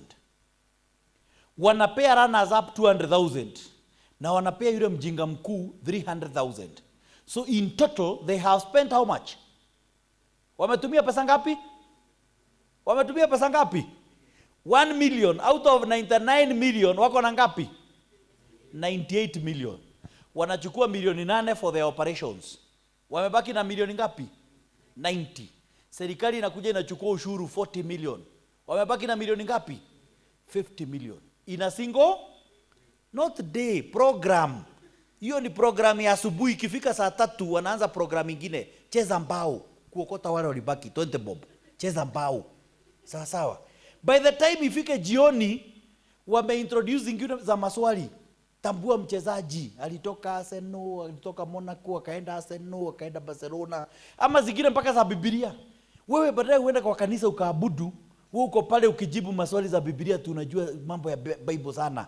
A or B, A or B, A or B. The more you answer, the higher the chance of winning. The more you answer, the higher the chance of winning. A or B. Nani alimsurutisha Yesu? Who betrayed Jesus? Who betrayed Jesus? A or B? Number A, Judas son of Iscariot. Judasi mwana wa Iskariote. Number B, Rigathi wa Gachagua. Hata wewe ukiwa pale unaweza ona hii ni ujinga mnakoroga. Sawa sawa, unaweza ona kweli hii ni ujinga mnakoroga. Avoid get rich quick schemes. They will come in many fashions. Mtu atakwambia sijui leta pesa tukupeleke Qatar. Muulize ni wangapi wengine umepeleka. Sawa sawa. Mwambie akupe WhatsApp za hao wako Qatar waongeleshe wakiwa huko Qatar. Wakwambia ni yari wapeleka na maisha iko aje pande hiyo, isn't it? Why are you rushing to give money to someone who has no evidence? Isn't it? Because that is how your money. Unaambiwa watu wanachukuliwa ami, leta pesa nikupeleke jeshi. Mwambie kuonyesha mwingine ashaipeleka. Muongeleshane na yeye ako huko jeshi. Sawa sawa. Let us avoid those get rich. Hiyo tamaa kutajirika, hapo ndipo tunagongewa. The next rule, eliminate potentially damaging spending behaviors. Kila mtu ako na tutabia twake tule tunamaliza pesa zake. Damaging behaviors. Things like what? Vitu kama nini? Damaging spending behaviors. Vitu kama impulse buying. Wewe unaendaka supermarket bila shopping list. The ladies, how do you wanaathirika sana na hii? Ukitoka kwako asubuhi hukuwa na mpango ya kununua karai. Why have you come back with a karai? Why? Ati hoka alikokesha karai chini, akarukaruka juu ya karai ukasema there can never ever be any other karai than this one. This is the karai of our times. Ukarudi nyumbani na karai. Hukuwa umepanga mambo ya karai. Na nguo, kwanza nguo ladies, mpaka nasikia mnaekanga deposit ya nguo. Is it true? Ati hii ni kamera. Ukienda utaipata tena. Huyo mtu is in the business of looking for such clothes. Hiyo ikienda ingine itakuja even better. Isn't it? Na hizi nguo za mtushi zingine tunaekea deposit. No, some of them are even written in foreign language. Wewe unaenda kulipa nguo deposit pale na huko nyuma imeandikwa na Kijerumani prisoner number 50 ilitolewa kwa jela. Hiyo ndio unangangana kulipia deposit. Hiyo ndio wewe na wewe unangangana pale kulipa deposit. Eliminate damaging spending behaviors. Wengine ni pombe. Ukilipwa pesa hivi wewe unasimamianga kwa bar. Kama hujalipo you are very sober. And alcohol can derail your life. Alcohol. Na alcohol haifai kuwa shida sana, but it is becoming a menace in our country. And there are people akipata pesa lazima aende akakunywe. Na shida ya pombe haikuangi bei. Alcohol is not very expensive by the way. It's not. Shida ya pombe is how it disorganizes your life. Umelewa, unaelekea kwako nyumbani, umefurahi sana, ukanunua nyama, upelekee watoto, si ndio? Nyumbani watu wafurahi pia wao. Ukiwa pale kwa kupimiwa nyama, ukaona mifupa, ukasema uchukue mifupa pia Bosco afurahi. Ukifika kwako, ukarushia Bosco nyama, ukaingia na mifupa. Mke wako anashida huyu jamaa anatubebaga aje. Yaani anaweza enda kule akule nyama, akuja na mifupa. Unaona mali shida zinaanzia sasa. Kwa sababu you are intoxicated, you are not yourself. Alcohol can derail your life. So identify those damaging behaviors. Those damaging behaviors. Sasa ingine umeenda umekuja umefurahi. Ukiingia kwako umeenda kujishikiria, umejishikiria na sufuria maziwa imemwagika. Wewe hata hujajua umenao mkono umeenda umelala. Ukiamka asubuhi mke wako akuongereshi. Wewe hujui ni kwa nini? Aliamuka akapanguza maziwa akaenda akanunua maziwa mengine. Wewe ukiamuka amenuna, ukikuja kazini unapata other ladies are smiling, unaanza kushindwa kwani mimi nilioa farao wangu acheki. But you are the problem. Alcohol inakoroga, inachanganya maisha yako. So let us go and check what are these behaviors that are damaging our money. Wengine ni kuweka pesa kwa mfuko. Wewe ukilipwa pesa, huwezi weka pesa kwa Sacco, huwezi tulia kwa Fosa. You know we have a current account known as Fosa. Si ndio? Pesa yote unavutanga unataka ikae kwa M-Pesa. Ama unataka ukae nayo cash. After 2-3 days, uko na hiyo pesa. So tujiulize, what is damaging our money? Wengine ni marafiki. Ukiwa na pesa, marafiki wote wanakutafuta. Na wewe hata ndio unawachokoza. Unaenda kwa simu ukiwasalimia, wanatoa maplan. Wengine ni kukopesha relatives, black tax and the rest. Jiite mkutano. Wengine ni the beauty industry. Ladies, kabla ulipwe nywele ilikuwa sawa, lakini ukilipwa unasimamianga salon. Huko umepanga ni pesa imekuja. Si ndio? You should go to the salon by plan, and you will find beauty at near zero price all the way to millions of money. Ukienda kutafuta nywele, kuna nywele ya kutoka shilingi 1,000, si ni kweli? Mpaka za mamilioni. And they will all look good depending on who is looking. And the beauty industry is wasting a lot of women's money and men's money through women. Hawa wanaume hawezi elewa. The ladies wanajua. Ingia kwa mitandao uone mafuta inauzwa ya wengine mpaka wanabadilisha rangi. Mtu alikuwa mweupe. Hapana, sana inakuwa ni yao wengine, isn't it? Mtu alikuwa mweusi anataka kuwa mweupe. Then unashida kwa kanisa ukitusumbua na maombi. Oh, Mungu saidia nipate mtu wangu. Mtapatana naye aje na ulibadilika. Mtu wako anatafuta mtu mweusi lakini wewe uko mweupe. So hata maombi yako yakijibiwa, you cannot connect with your prayers because you changed. So women, I'm not saying we should not beautify ourselves, but angalia hao ka budget. Saa ingine kanaharibu mambo in future. The money you are spending there is killing your future. Sawa. Kwa mitandao, the men are even wondering what I'm talking about. The ladies know. Ingia kwa mitandao uone. Kuna mafuta ukipaka unamea na masoja wanakaa wamesimama. Utashidanga hapo ukipaka. It's psychological. They're just playing with your mind. Na ziko adverts kwa hizo social media. So eliminate potentially damaging spending behaviors. Protect yourself against risk. What is risk? Jambo ambalo linaweza kuja la dharura ikadisorganize your life. The only way to protect yourself against risk is to have invested in a partner. Now you are 29 years old. When you are 34 years old, kukakuja jambo litokelezee, you can come to Boresha and tell them niekeni 1700 haraka kuna mahali nataka kuruka. Because you have walked this journey, you have built the platform. Tuko pamoja. That is how you deal with risk. And when you are poor, you are even a risk to yourself. Maskini is a risk to himself. Ukiwa una pesa, unasimamishwa na polisi hivi ukiwa unaendesha gari. Baadaye usalimie polisi, umwambie hey, mko wazima. Alikuwa anakusalimia. Wewe unaanza kumwambia sikuwa nimekimbia. Nani amekuuliza mambo ya mbio? Who had asked you kama ulikuwa umekimbia? It's because as a poor man you are a risk to yourself. When you have resources, you know, huyo polisi anakusimamisha unamwambia habari ya fade. Because you know anything that he may bring up, you can deal with it. Na akikataa udeal na yeye, you can deal with his boss. Na boss yake akikataa, you can combine him na boss na mdosi wao wote pamoja. Sawa. That is the comfort you get from having resources. Resources may not take away risk, but they help you to manage it better. Unaweza enda hivi, uende hospitali, uambiwe tumekuangalia, tukaona figo zako zimeangalia nyuma. Kawaida figo huwa zimeangalia mbele, lakini tunaona zako zimeangalia nyuma. Kama huna anywhere you can go and pick anything, unakuja unafungua WhatsApp group za novena, tunaanza kukuombea, unashikwa na stress, unagogwa na ng'ombe, unakufa.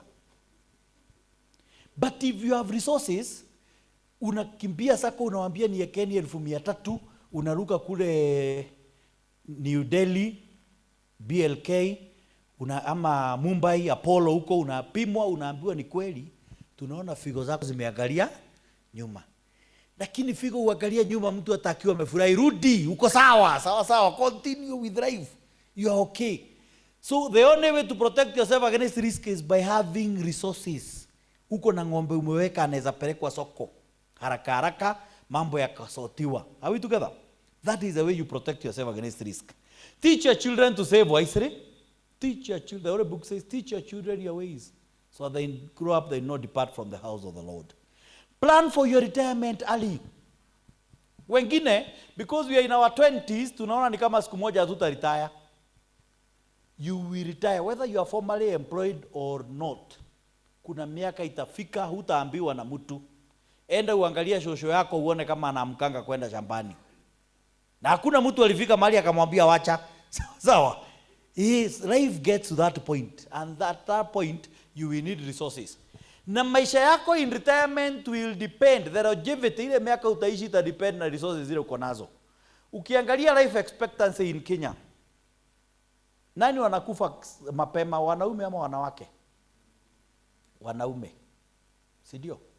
So the men, you need to prepare more for retirement so that you avoid dying early. Why are men dying early? Yes? Nini naua wazee wetu mapema? It's genetic.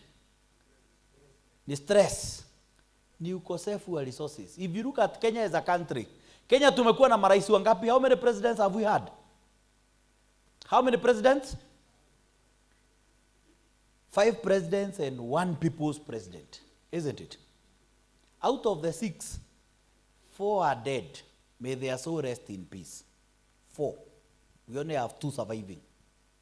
Out of the 4, 2 of them died in their 80s, 2 of them died in their 90s. 90 years. What is the life expectancy of a Kenyan man? 61.4 years. 1.5 years after retirement. So the ordinary man is dying at 60 years. Our presidents who have been men are dying at 90 years. They are living 30 years more. 30 years, yo kidogo. 30 years is your age, isn't it? The whole of your life more. Why? Because they have resources. Wanaangaliwa. Mtu kama Kibaki was an accident victim, but he survived.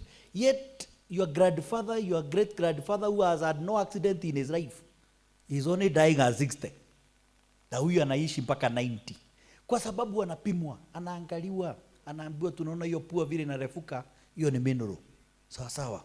Huu unapimwa na Mungu. Wewe utapimwa na Mungu. So as a man, you cannot dare to retire kama hujajipanga. You need to have resources. Especially, I'm not saying women can afford to, but the men more so. Because what happens when you have resources, your spouse in old age atakuchunga. Wakati uko mzee na uko na pesa, you will be the one in demand during hiyo miaka ya uko nyuma. The Gen Zs of that time, sawa, watakuwa kiona ukikaa mafuta.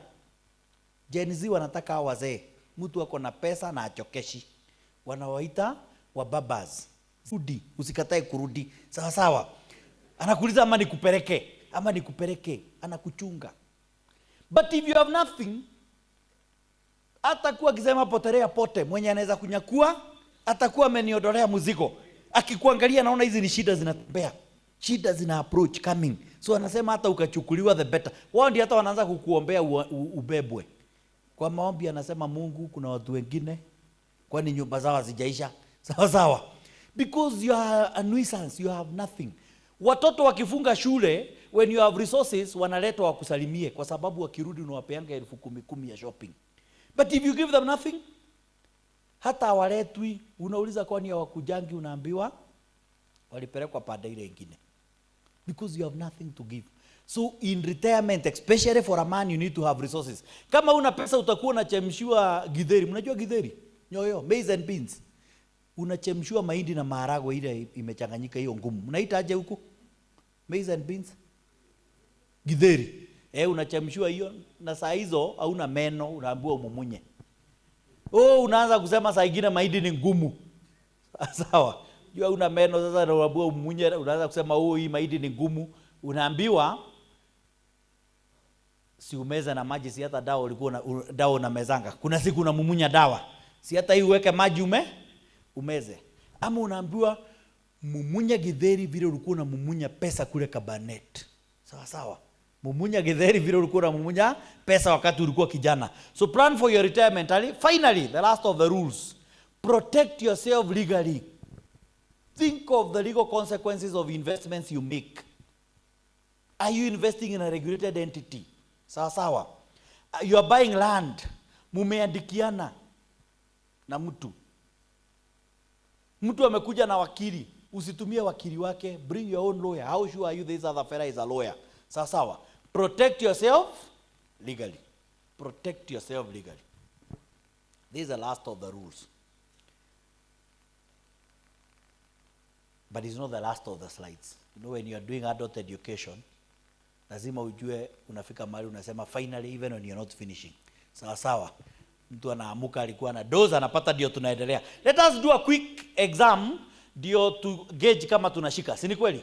Let us do a quick exam ndio kama mtashika mjashika turudie. We start again. So a very quick exam, but before we do the exam, stand up and stretch. Simama, tumekuwa tumeketi, wale wako physically jinyoshe, wale wako online you can grab a cup of tea or a glass of water. Jinyoshe tu freestyle, usigonge neighbor.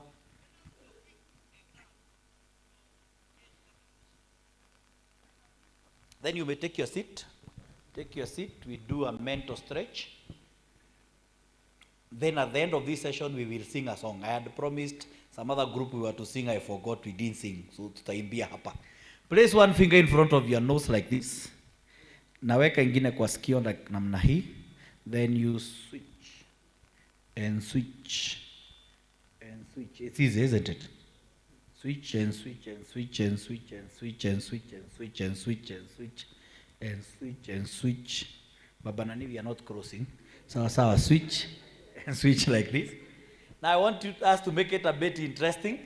Aya, shika pua na mkono moja, shika sikio across. Now you switch and switch and switch and switch and switch and now we are crossing, okay? Now we are crossing. And switch and switch and switch. Some people have a nose on this side. Yes. Tumesema shika pua, shika sikio across. Switch and switch and switch and switch and switch. Ningumu. Let us do our exam. Those online, I believe you're also being projected. You can chat us there on that Q&A to see if you're getting the right choice. There is a multiple choice, only 3 options, and make sure you choose. Sawa? So you're given a choice between taking 31 million in cash after 31 days. So siku 31 upewe milioni 31. 31 million, not alone. This is your money. You can go and do with it what you want. Sawa? Option 2, option B, a single shilling that doubles in value every day for 31 days. Tuko pamoja? In a double every day for 31 days. So siku ya kwanza inakuwa 2 shillings in the evening. Siku ya pili 4 shillings. Siku ya tatu 8 shillings. Siku ya 4 16 shillings. Siku ya 5 32. Siku ya 6 64. Siku ya 7 128. Siku ya 8 256. Siku ya 9 512. Siku ya 10 ndio unafikisha 1024 shillings. Uendelee hivyo mpaka the 31st day, ile pesa itafika ndio pesa yako. Option C, you get 3 million shillings per day. Every day 3 million, 3 million, 3 million for 31 days. Are the options clear? Option A, 31 million. Option B, 1 bob doubled every day. Option C, 3 million per day for 31 days. Tuko pamoja? You have made your choice. Write it on paper. Si umechagua? Na uko na karatasi? Andika ile umechagua. Either usiandike the sentence, just write A, B or C. One of them. Make sure you write because I'm coming marking.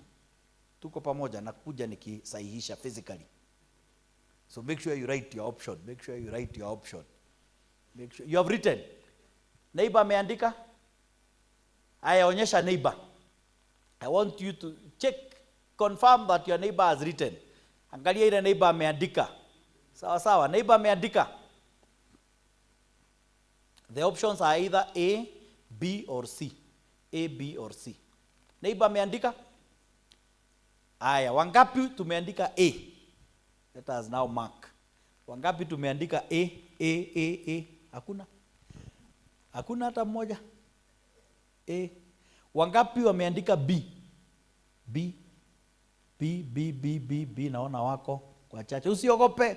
B, sawa. Wangapi wameandika C? C hata ndio wengi. C. Let us mark together. Okay, wacha niwapee markings. Wangapi hawatainua mkono regardless of what we ask? Yes. Wacha tusahihishe. Ama turudie tena ndio tu confirm. Wangapi wamechagua A? Wangapi wamechagua B? B. Wangapi wamechagua C? C. Wangalia neighbor Maria anainulia mkono, thank you.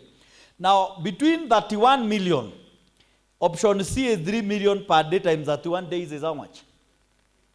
90 what? 93 million. Which one is better between 31 million and 93 million? 93 is better, isn't it? What do I see? Hoye. So C is better than A. We are in agreement, isn't it? So we cancel A, we go for C. C is better than A. So now we compare between C and B. Between C and B. And for B, I've worked it out for you. By the 10th day, you'll be at 1,024. Are we together? 1,024. By the 21st day, you'll be at 2 million shillings. Anybody moyanta kuhama? Yes? You'll be at 2 million. Are we together? By the 31st day, you'll be at 2,147,000,000 shillings. Baka unaweza lipa yule mwingine wa 93 million akae idle. Sawa sawa. Unaweza mlipa akae idle. You want us to go back? Au amini? Kutoka hapa kwa hapo uko sawa. 1,024. Ikaenda 2,000. Ikaenda 4,000. 8,000. 16,000, 32, 65,000, 131, 262, 524, 1 million, 2 million. Ikaenda 4 million, 8 million, 16, 33, 67, 134, 268, 536, 1 billion, 2 billion, and 147 million. 483, hiyo 648 iko juu, naweza ongeza yule wa 93 million. Sawa sawa, umpe hiyo 648 million akanunue 48 shillings akanunue ya time. What we are demonstrating here is a very important concept. This is our second major lesson. So kama neighbor melala muamshe. It's our second major lesson in wealth creation, something called compounding. It is taught in primary school mathematics. It is taught in English. It is also taught in Swahili. Compounding.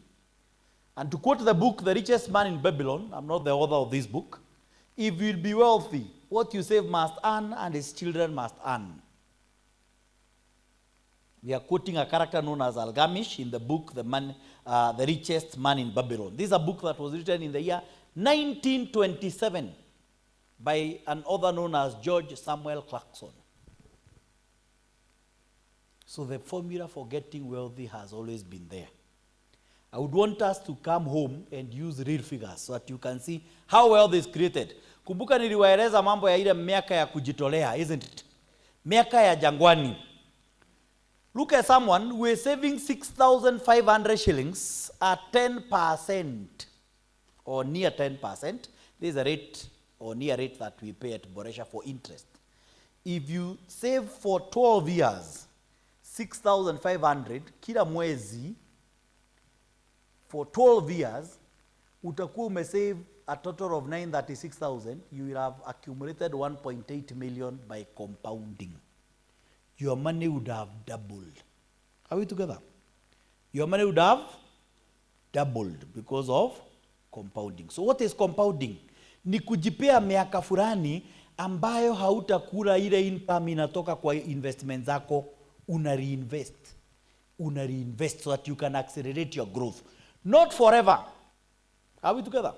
Not forever, but for a number of years. I will demonstrate to you using different figures. Look at this person saving 10,000 shillings per month. He does so for 7 years. In those 7 years, he will have saved 720,000, but because of compounding, he has 1.1 million. Are we together? So he's now a millionaire in 7 years. It's not a short time, isn't it? But it's doable. If you are 24, we are saying by the time you are 31. So this person, after these 7 years, comes and takes a loan. Tulisema you can borrow how many times? 4 times, but he takes only 3 times. So you lazima ukope the 4. Sawa. So this fella comes and takes 3 times. He gets 3.469 million as a loan. Are we together? He takes this money and goes and buys a government bond at 15%. This bond now generates an income from year 8, 520,000. He withdraws half of the income, reinvest half so that he can continue compounding. In another 4 or so years, he has cleared the loan. Loan is not forever, isn't it? 4 years amemaliza loan, but he continues to withdraw. In another 8 years, he will have withdrawn a total of 2.669 million, but look at his investments. Atakuwa na investments at 6.2 million, that will now be generating an income of 900,000 every year. Kila mwaka analipo dividend ya 900,000. Na hizi ana withdraw, si pia anaenda kuboost sasa ameanza kujenga investments zake. Kumbuka loan alimaliza na 4 years. Sawa sawa. So this person is now having an income of 900,000 in addition to what he is earning in the Sacco. I know you may then ask yourself, why not go directly and invest in government bonds? Isn't it? Because the Sacco is a home, and I'll show you how. Even those money market funds we do and all that, we need to start at the Sacco. Even those special funds, and I will show you using figures, even Mansa X. If you go to invest in the bonds, you open your DOCSD, we invest minimum of 50,000. Kenya has had only one bond that traded at a minimum of 10,000. If you put in 50,000 shillings, and assume you even get a rate of 15%, for investors, we say 15% is lazy investments. So if you get 15%, is a lazy investment, where you are assured of the returns, you don't want to scratch your head thinking big of where you can do better. Go for 15%. Your 50,000 shillings will be earning you 7,500 shillings every year. Now the government will split this money into 3,750 paid every 6 months. Na hiyo pesa hawatakuwekea, wanaeka kwa account. Then unatumiwa SMS, your status has changed. By the time the SMS comes, ulishakula ile pesa ukishindwa ni ya nani. Tuko pamoja. Because it's so small. So 3,000 shillings, can I change your life? If I gave you 3,000 shillings hapa saizi, maisha yako inaweza badilika useme utaifanya kazi tena.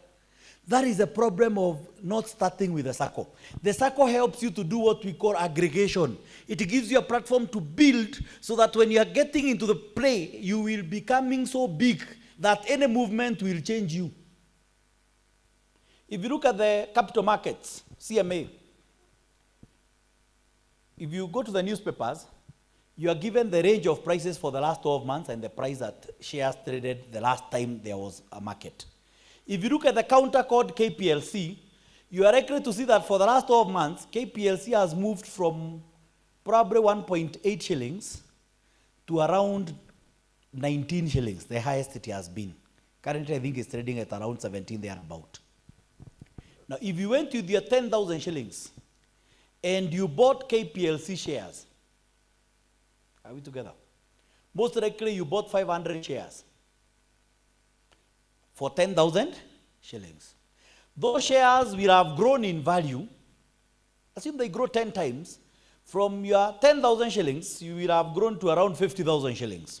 I'm just using that for example. Can 50,000 shillings change your life? Can 50,000 shillings change your life? It can impact it by changing it. But what if you had accumulated money well in the Sacco and you took 1.7 million and you went and bought 1 million shares of KPLC? And KPLC has now moved from 1.7 shillings to 17 shillings.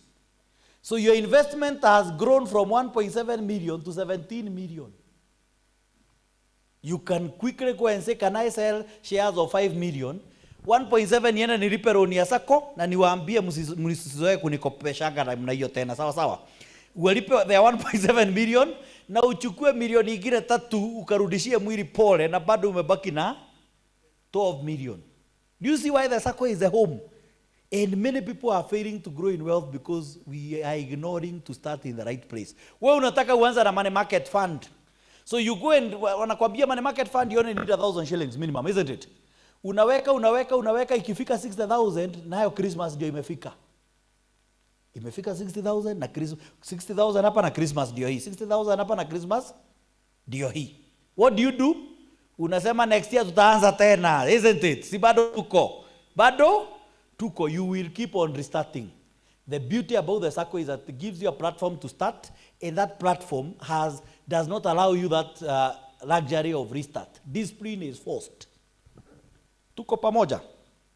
Look at someone else who invest 10,000 and 10 in 12 years, they have 2.8 million. I know 12 years may appear to be very long, and some of you may be asking why I'm using 12 years. Why not 8? Why not 15, isn't it? It's because 12 years ndio inafit kwa screen vizuri. Sasa there is no science. So when you're doing your mathematics, you can do it 7 years, 5. It does not matter. What is important is for you to start. Of course, you need quite some duration so that it can accumulate. The years may appear to be very painful, lakini kuna ile miaka niliwaambia, miaka ya jangwani. Wakati wa Israeli walitolewa Misri, wacha niwahubirie, haleluya. Wa Israeli walitolewa wapi? Wakielekea wapi? Canaan, allegedly, because we were not there. Nikuambiwa tunaambiwa, allegedly. Wakatolewa Misri, wakapelekwa wapi? Canaan. It took them how many years? 40 years to move from Egypt to Canaan. If you have been to Egypt, through Gaza into Israel, it cannot take even a week. So why would it take them 40 years? And they were relying on God. Ama Mungu alikuwa amepoteza network. Agua na Google. Could God have been lost? Why would it take them 40 years? Because Egypt was already developed. Indeed, if you read the Bible well, we are told of the Passover. The angel was passing over doors. There were doors that had been marked, which means they were not sleeping in the open. These were guys who had rooms that they were sleeping in, isn't it? So this was a developed economy. Should they have moved to Canaan that was not developed, wangerudi wote Misri. Wangesema wacha tuende huko kulikuwa na choo, huku tumekuja kwa kichaka. Kule kulikuwa na barabara. So walikaa kwa wilderness until they were ready. Wale walifika kule wakiambiwa warudi, wanasema wacha tujenge hapa. The same with you. You remain in the wilderness. Baka ile siku utakuwa na kichwa timamu ya kuweza kuingia Canaan. Mungu anakuangalia, naona kama hii 20,000 ndio inafanya uturingie hivi na ukapata milioni na ukapewa milioni 10. Si utahama. So anasema wewe endelea kukaa hapo mpaka ile siku utapata proper senses. Na kuna watu hawakufika Canaan. Si wako. So unaweza kaa in that wilderness, uzeeke hapo. Uzeeke ukisemanga siku moja nitakuwa milionea. One day, which day? Unadharau hiyo 10,000, hiyo 20,000, hiyo 30,000, unasemanga siku moja nitajenga. Siku gani? Tena unajua when we are youth, tunachekeleanga wale wazee hawana kitu. Tunasema mimi I'll do better, isn't it? You forget they were like you. It is they failed to move out of the wilderness. Mutabaki utawapata hapo tu, mtakuwa na wao in that wilderness. If you fail to do the right thing for only a duration, miaka ya kujinyima tu, miaka kidogo, and those years will pass whether you do the right thing or not. The years will pass whether you do the right thing or not. Look at someone who comes and takes 1,000,000 shillings from us. For you to take 1,000,000, you need to have saved 300,000 shillings. How do you get guarantors? I will talk to that on that when I'll be winding up munikumbushe. So you come and take 1,000,000 shillings and you go and invest at 20%. Is it possible to get 20% in Kenya? Are there safe investments where you can get 20%? 20% is again almost a lazy investment, because aggressively you could get more in the capital market and the rest. But you can easily get 20% in the special funds. You have heard of things like Mansa X, Etika, and all that. But again, if you go and put your 50,000 shillings there, it will never make sense. So you have come and taken, you have started where we said home. You take 1,000,000, put in your 1,000,000 there, get a 20% return. Out of the 20%, withdraw 60%. And I've even done for you the loaning side now, ndio uone. Ukikopa 1,000,000 for 36 months, 3 years, our loans go up to 5, 8 years and so on. If you take for 3 years, you're at 12%, every month you're supposed to pay 33,000 shillings, 214. Are we together? Huyu mtu ana withdraw 200,000 shillings, ana earn 200,000 shillings, and I withdraw 120. In a year, he's supposed to pay 398, lakini 120 ametoa pale, isn't it? So the only money he is now coming to pay is the difference, which in this case would be 278,000. Anaendelea hivyo, but within 3 years, which means he loan analipa from other sources, isn't it? anang'ang'ana. But within 3 years, huyu mtu amemaliza loan. But akiendelea hivyo for 10 years, he'll have withdrawn 1.7 million na atakuwa na investments at 2 million. Do you see how wealth is created? Simply because alikubali kupanda mbegu kwa Sacco. That initial 300,000 ndio imemfanya saa hizi atakuwa kila mwaka out of this 2.15, if you do 20% every year kuna dividends of 430,000. 430,000 mkiamua kwenda kulima ng'ombe anaweza shindwa? Hata anaweza amua atalima ng'ombe zile ziko na miguu ya kushoto pekee, atafutiwe, because he can afford to. Tuko pamoja? He can afford to. Look at someone else who borrows 2.5 million, and because the loan is a bit heavy, he wants to do it now for 5 years. 5 years. 2.5 million means huyu mtu labda may invest with us about 500,000 shillings or 600,000 shillings. Sawa sawa? Huyu mtu kila mwezi ana withdraw 60%, the same model. He is now earning dividends of 500, anamaliza his loan in 5 years. Hapa ndipo loan itaishia, 5 years. But afterwards, he continues with the same model, withdrawing, anatoa, na kila mwaka, notice the dividend here, if you do 20%, he has now dividends of 1 million every year. So akitoa 60%, this fella can afford to be withdrawing 600,000 every year, na pesa zake zinaendelea kufanya nini? Kugrow. Out of an initial investment of only 600,000. But only because he got it right, he started home. So when you have no Sacco, and the longer you delay, the harder it will become. Because the earlier you start when you're young, the more time you have. And some of you now may be asking, haka mwalimu kenyewe, kanafanyaga hivyo ama nimehemehe. Kamuzee kamekueleza vitu, zile akafanyi. Sawa sawa. I wish someone spoke to me when I was your age. I could have started. But the Holy Book says, do as they say, isn't it? Sini Biblia inasema hivyo. Not what they. So I am also doing this, but I started when I was old. I wish I had started when I was young.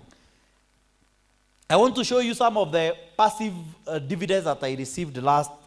Indeed, I will show you the ones I received in 2025 and 2026, so that you can see where I am. This is 2025 on January 25th. Nikaandikiwa, dear Anthony, your gross dividend of how much? 313,799 has been processed. Na juu sikuwa nimefika mahali nilikuwa nataka, I did compounding. I'm still at the phase of compounding. Ni kusema nini? Ukilipwa reinvest. Tuko pamoja? So nikafanya nini? Sikukula hata dururu, nikarudisha. Now I want to show you the ones that I received 2026 this year. On 30th of January, dear Anthony, your 2025 gross dividends rebate of how much? 521. So unaona inaendelea kugrow. Si next year itakuwa mingi zaidi. That is a concept of compounding. It's as simple as that. It was taught in primary school mathematics. Mulifanya compound and simple interest, isn't it? You did the compound and simple interest. In English, mulifanya ile kizungu ya no sooner. No sooner am I paid dividends than I reinvest. Tuko pamoja? No sooner than. Ama kwa Kiswahili sebuse. Mulisomeshwa Kiswahili ya sebuse? Hama nyia mkusoma? Sio sebuse, ni punde si punde. Ghafla bin vu. Unakuwa umerinvest. This is how you primarily patronize a Sacco. Sacco has 3 accounts, and I want you to be very keen on this. We have 3 accounts. The first account is share capital. Share capital has a minimum. Sacco inakuja na minimum, unaambiwa kila mtu lazima kuwe at a certain level. But you build to that minimum pole pole. Unaingia na shilingi yako 500, kila mwezi unaongeza. Sawa sawa. Si ati lazima ukue na hiyo minimum ndio ukue member. Usiseme ati sitaingia juu sina minimum. So you start with a minimum. You start with any amount and you accumulate. Kila mwezi unaongeza mpaka ufikishe ile minimum, and you can exceed the minimum. Hii share capital is a permanent tree. Ni kama mti wa matunda ambao umepanda, utachunwa matunda forever. So that tree cannot be cut. Haiwezi rudishwa, haiwezi chukuliwa loan zako uka default zote uchotwe, hata ukachotwa na auctioneer, hii mti haiwezi katwa. It continues until you die, uachie watoto wako. ama utoke Sacco uuzie mtu mwingine. Are we together? Because this 3 is permanent, hairudi, inalipwa a higher rate of interest. Tunaita dividend. Boresha tulikuwa tumelipa na 13%. Ile ililipwa ya last year. Tuko pamoja? The second account are what we call the back office deposits. Ingine watu wanazitanga shares. Share deposits. Back office deposits, hizi ndizo zinakuwezesha kukopa. Hii ndio tunafanya multiplier ndio uweze kufanya nini? Kukopa. These back office deposits is your money. Hii pesa juu ni pesa yako na tuko nayo inazaa interest. Inazaa nini? Interest, which ordinarily is a bit lower than the dividends.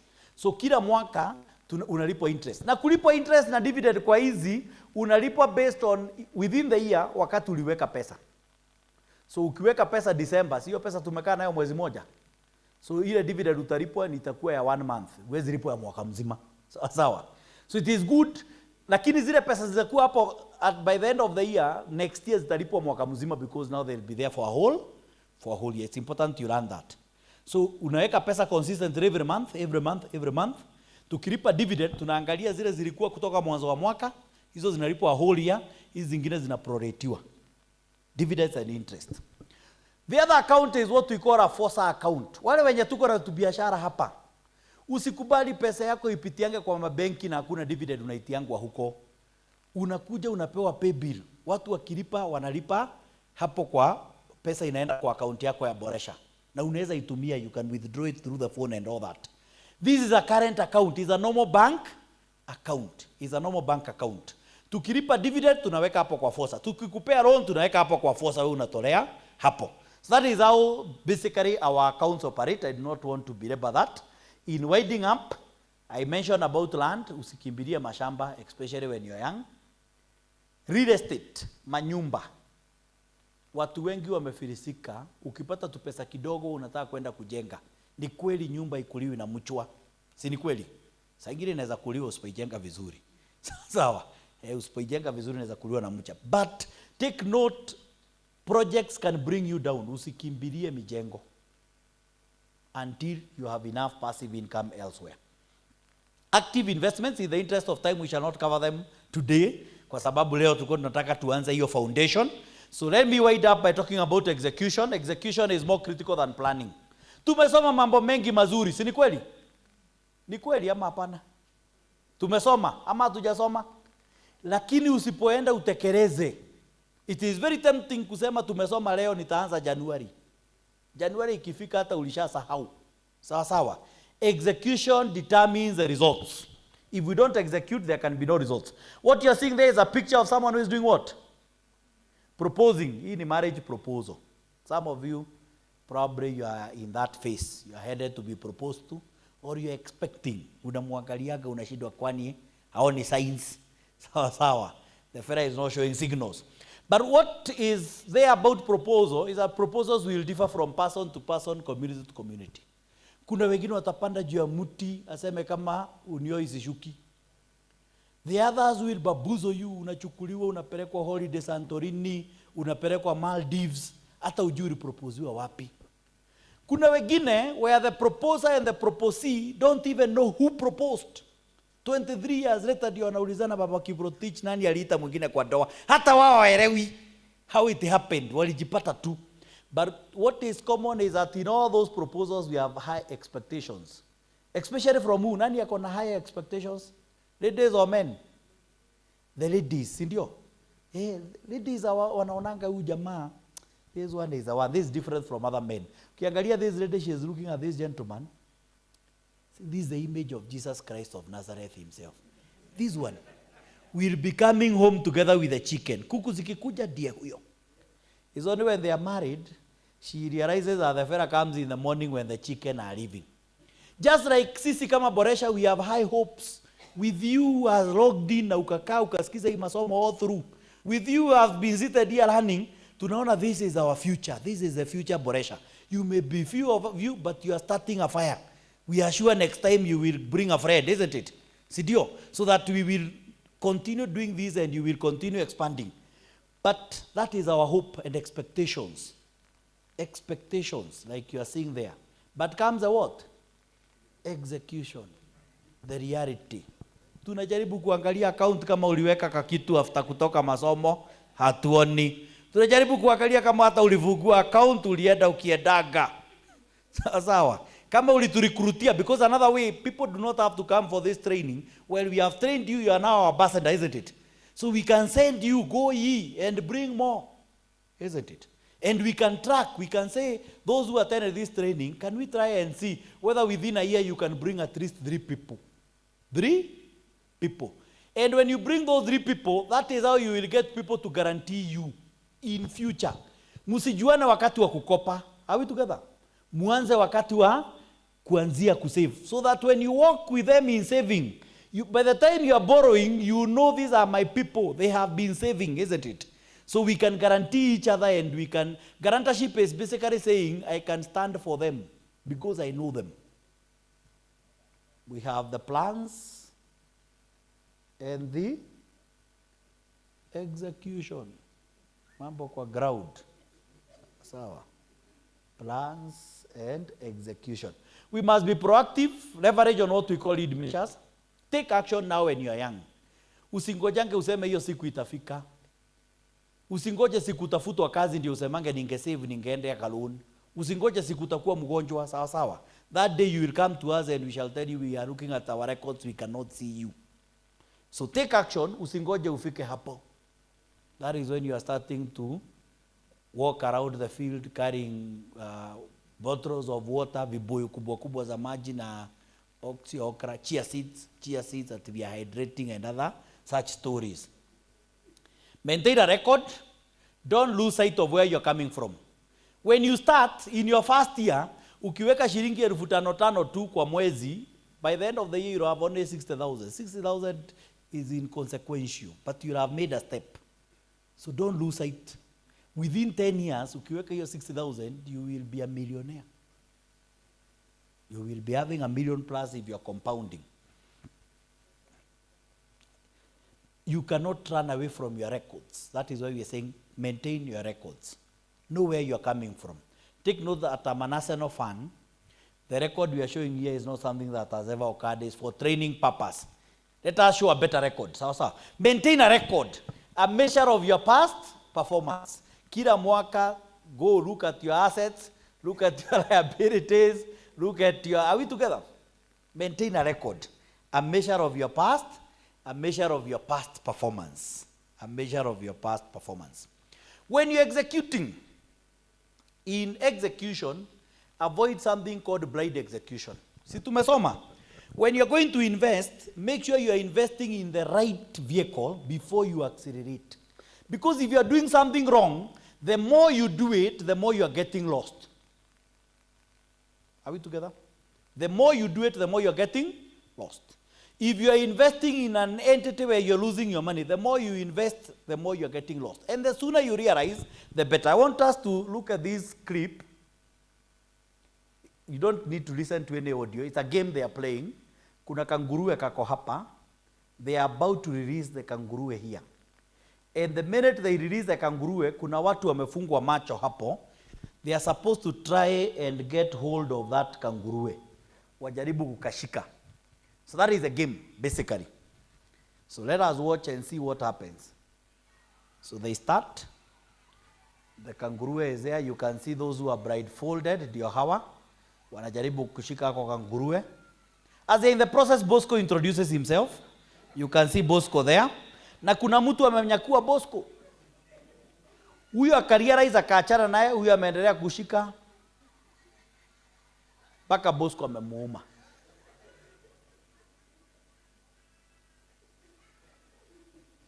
So at times when you're executing, when you're in the wrong execution, the faster you withdraw yourself from it.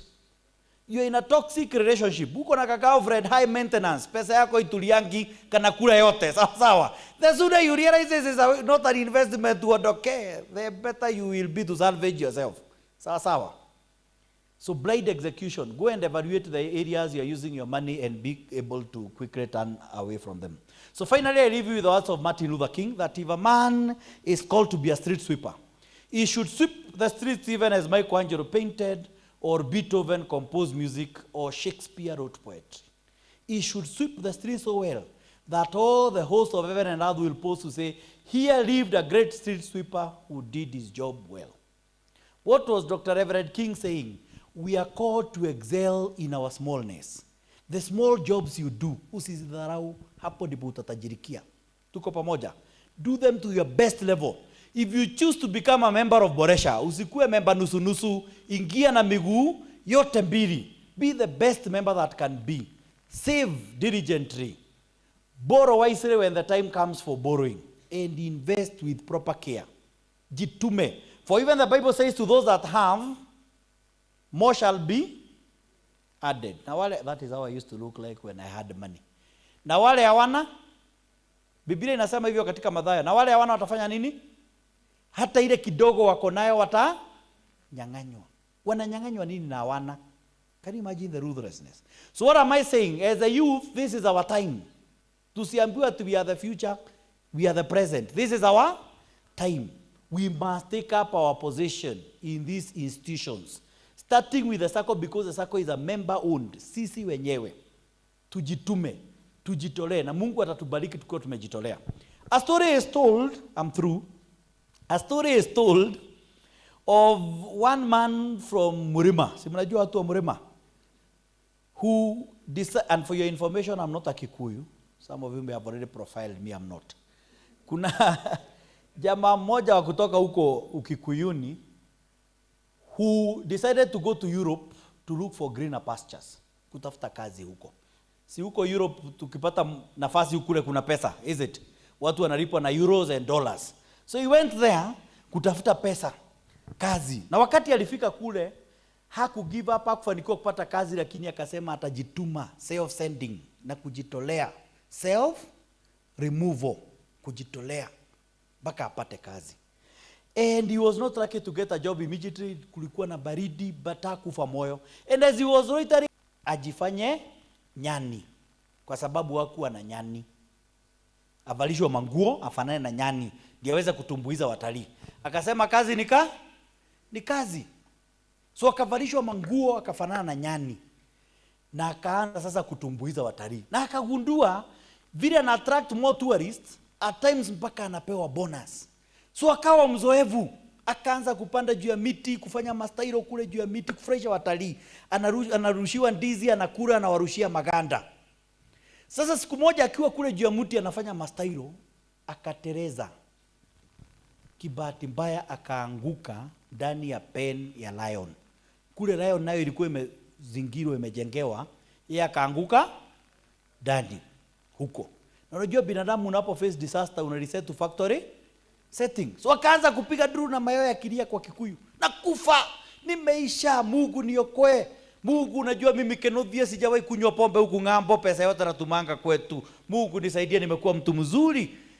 Vile aliendelea kulia, nayo simba ikamwangalia. Ikamwambia kwa Kikuyu, Kenothia acha ujinga. Kumbe ilikuwa ni Mkikuyu mwingine amevalishwa. Sawa.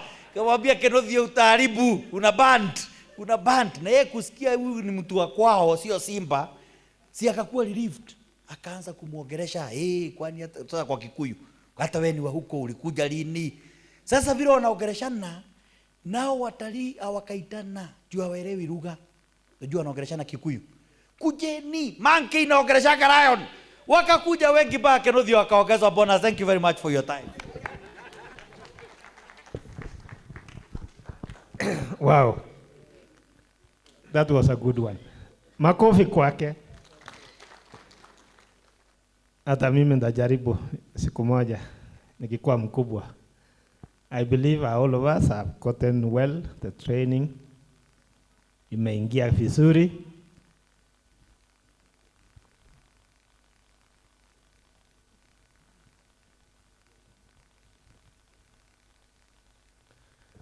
I believe all of us are well learned now. Tutaanza kuweka akiba, tutaanza kuwa wanachama wa Sacco na tujiimarishe jinsi mwalimu amefundisha. Thank you so much Anthony for that beautiful presentation. Nina uhakika ya kwamba the youth, those under 35 na even the Gen Z wase ambao wamekaa hapa wamejifunza ya kwamba they need to do something. So we have a final presentation to conclude so that we can break and even evaluate ourselves to see how far we've gone. So I'll invite my colleague to proceed, and then we can continue.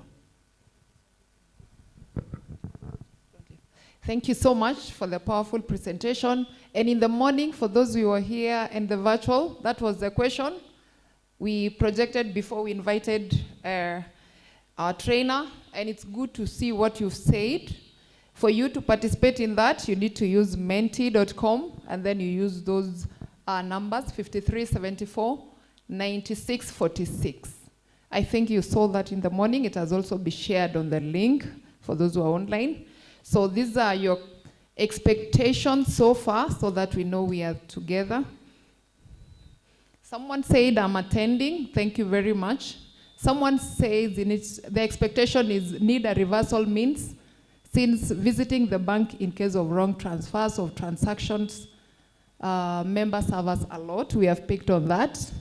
We also have Evans currently working with KelCorp and also an agripreneur. Both of them are contracts. As an agripreneur, I would like to venture into agribusiness. My expectations are to be informed well. Evans, we hope you are being informed, and we are open to discuss more how we can partner in that. We also have another one who said they want to understand how to save with Boresha on FOSA and COSA, differences between shares, fixed deposits, savings, FOSA deposits, and get a standard, and get to understand how to calculate savings on the 13% rate. If you are following well, all these were addressed by our trainer, including dividends of 13% of savings that was put in December. To understand policies or changes affecting members. Also, number 6, Sacco is an organization formulated by members with the aim of gaining financial stability through shareholding. Members pull their funds into the organization and earn back dividends. Thank you so much. That's a perfect one. It seems AI is actioning. Another one, gaining knowledge on financial management to understand services offered within the organization and get opportunities to work with the organization as an intern or a volunteer. Wow, it's good. I hope you are here or joining virtually. We are glad to have you. Then also now we look forward to learning on how to be wealthy. I hope you get that well. It was powerfully delivered. And also we have debt management, understand how to manage loans and avoid over-indebtedness. Investing wisely, learn basic principles of investing to grow wealth responsibly. I think that's a debt management, understand how to manage loans and avoid over-indebtedness. That's the same. Thanks, Anthony. That was a powerful presentation. Thanks, Boresha, for this. MC White, asante sana. Keep them coming. The link is shared, and we are still proceeding. Thank you so much for that. And I'll pick from where we left last. Good. After hearing, learning, and getting to know so much information, are you a member of Boresha? And if not, how do you join to become a member of Boresha? That is the next presentation that we have. And I want my colleague to take us through anybody who can join Boresha. We want to know that you don't get left out. Thank you, Winnie. For those of us who are members already, you don't need to join. But for the new who are here and potential, those who can join Boresha Sacco are those persons who are salaried members, non-salaried, meaning for those who are in business, or they are doing an assignment or anything that can bring money. Whatever you are doing, you can still be a member of Boresha. County government staff, a number of you are here. There are also some who are here to join. They are free to join Boresha Sacco. Civil servants, those are from the government. They can also be members of the Sacco. From institutions, that is a private institution like schools, like also government parastatals, they can still be members of the Sacco. There are also those who are working with government institutions, they can still be members. Biashara members, those who are in business. And the trainer said, you can sell anything that is sellable, that can be acquired and make money out of it. So you can join Boresha and do business. Also Kilimo members, there are people who are doing Kilimo or farming as a business. You are also entitled to be a member of Boresha Sacco, and you can use your Kilimo to make money. Also, for what is required for you to join Boresha Sacco, you need to fill a form, that is the registration form that you will give us your details. You need to have a copy of your national ID or passport, copy of KRA PIN, your recent passport size. You can be taken at our first sections, and a one-time registration fee of 500. That ensures that you are succeeded to be a member. On contributions that you need to make as a member, I'll give my sister to take on that so that you can continue also learning more on the same. Now that you've understood what it requires, once you open an account, the next thing is that you need to see how you can be able to save continuously. When we say continuously, they say don't stop so that you can be able to progress yourself financially. We have set minimum share capital requirement of 3,000. You can build it over a period of 6 months. So if you earn a salary and you want to build share capital to meet the minimum, you can contribute 500. You can contribute 500 per month, 1,000 per month, or you can even give us as a one-off. 2, you also need to have deposits, and the minimum is 2,000 shillings per month. And we have a social fund called the Member Welfare Fund, which we'll look at it later, how that fund is able to assist. So with that, it's a total of 2,500 per month in terms of contributions, except the contribution towards the share capital that will be dictated by you. The earlier you finish that, the better, because the return for the financial year 2025 on share capital was 13%. So if you have 1 million, that is 130,000. If you have 3,000, you can calculate your return later.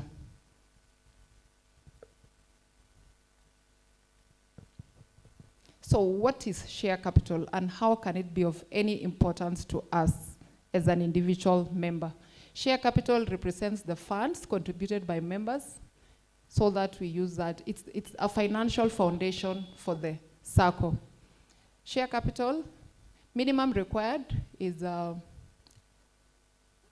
3,000, where and each share is priced at 100 shillings. What this thing earns is dividends annually. I think that has been explained, and members are subject. You can buy, the most you can buy is 1/5 of the total share assets that the Sacco has. And this 1/5 will always keep on improving as people improve how much they are saving. So it's a moving average.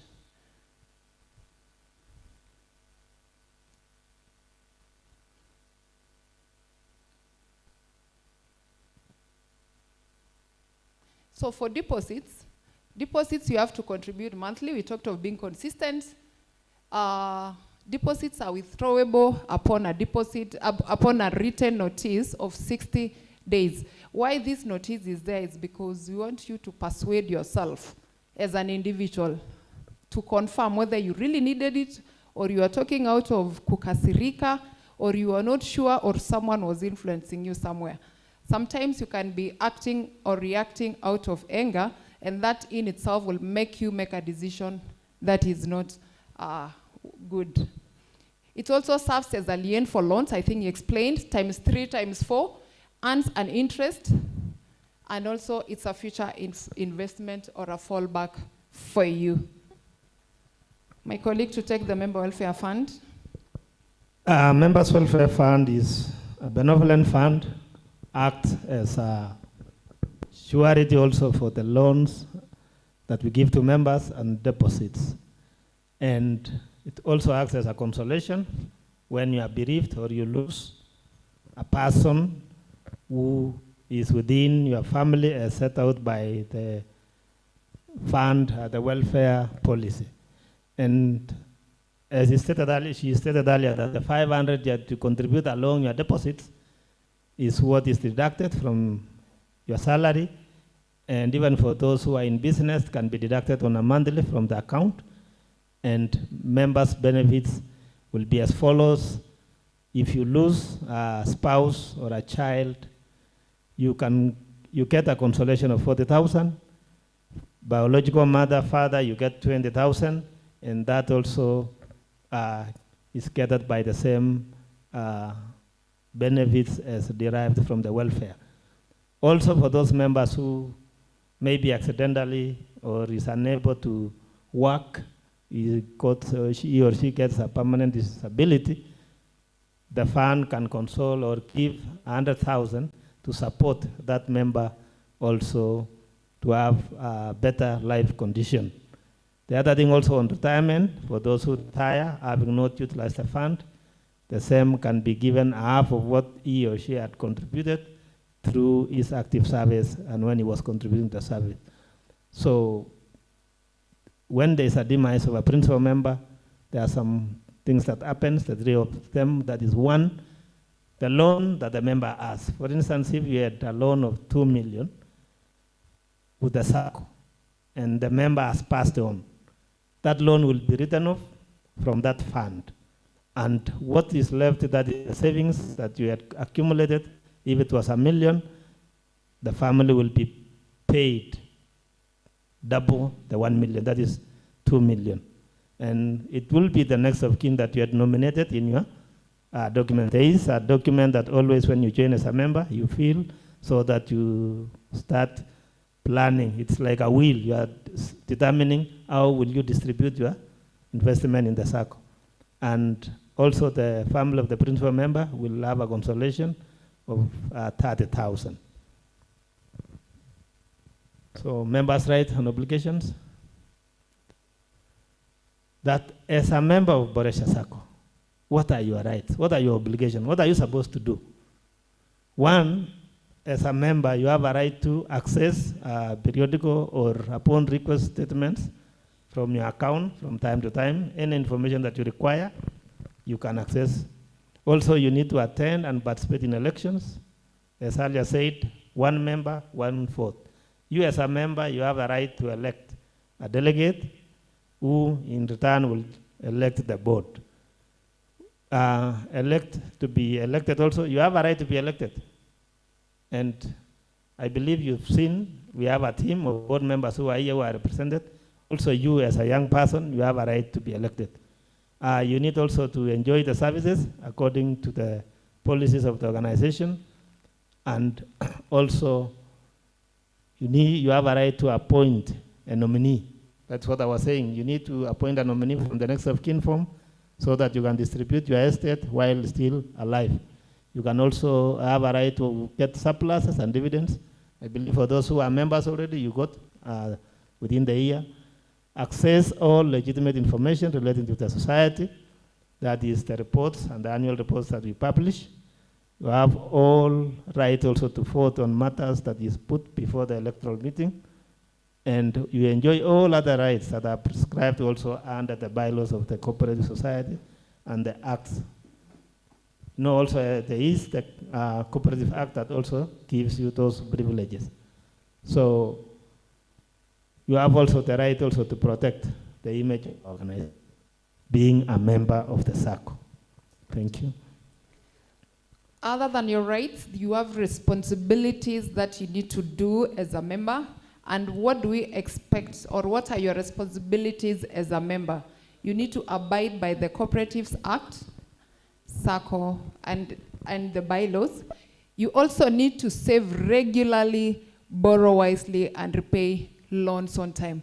As SACCOs, we don't operate with non-members. And when we say non-members, we don't open accounts. So when you visit a Sacco, you are joining as a member.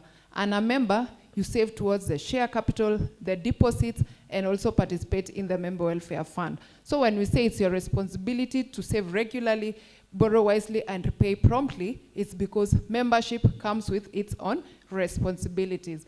You also have the responsibility to buy shares and make the required payments, minimum being 3,000 for the share capital.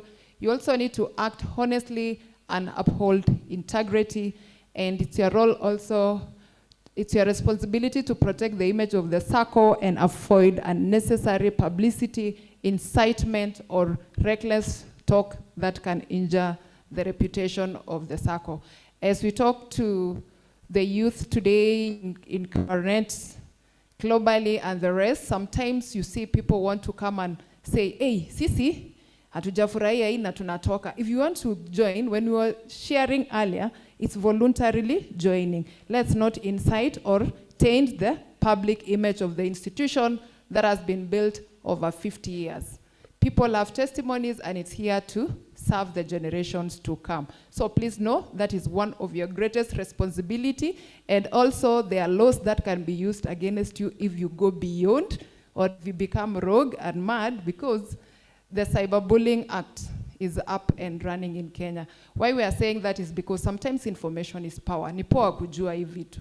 You remember there's somebody some time back, I think 2 years ago, who created the image of our president and made him lie dead in a coffin.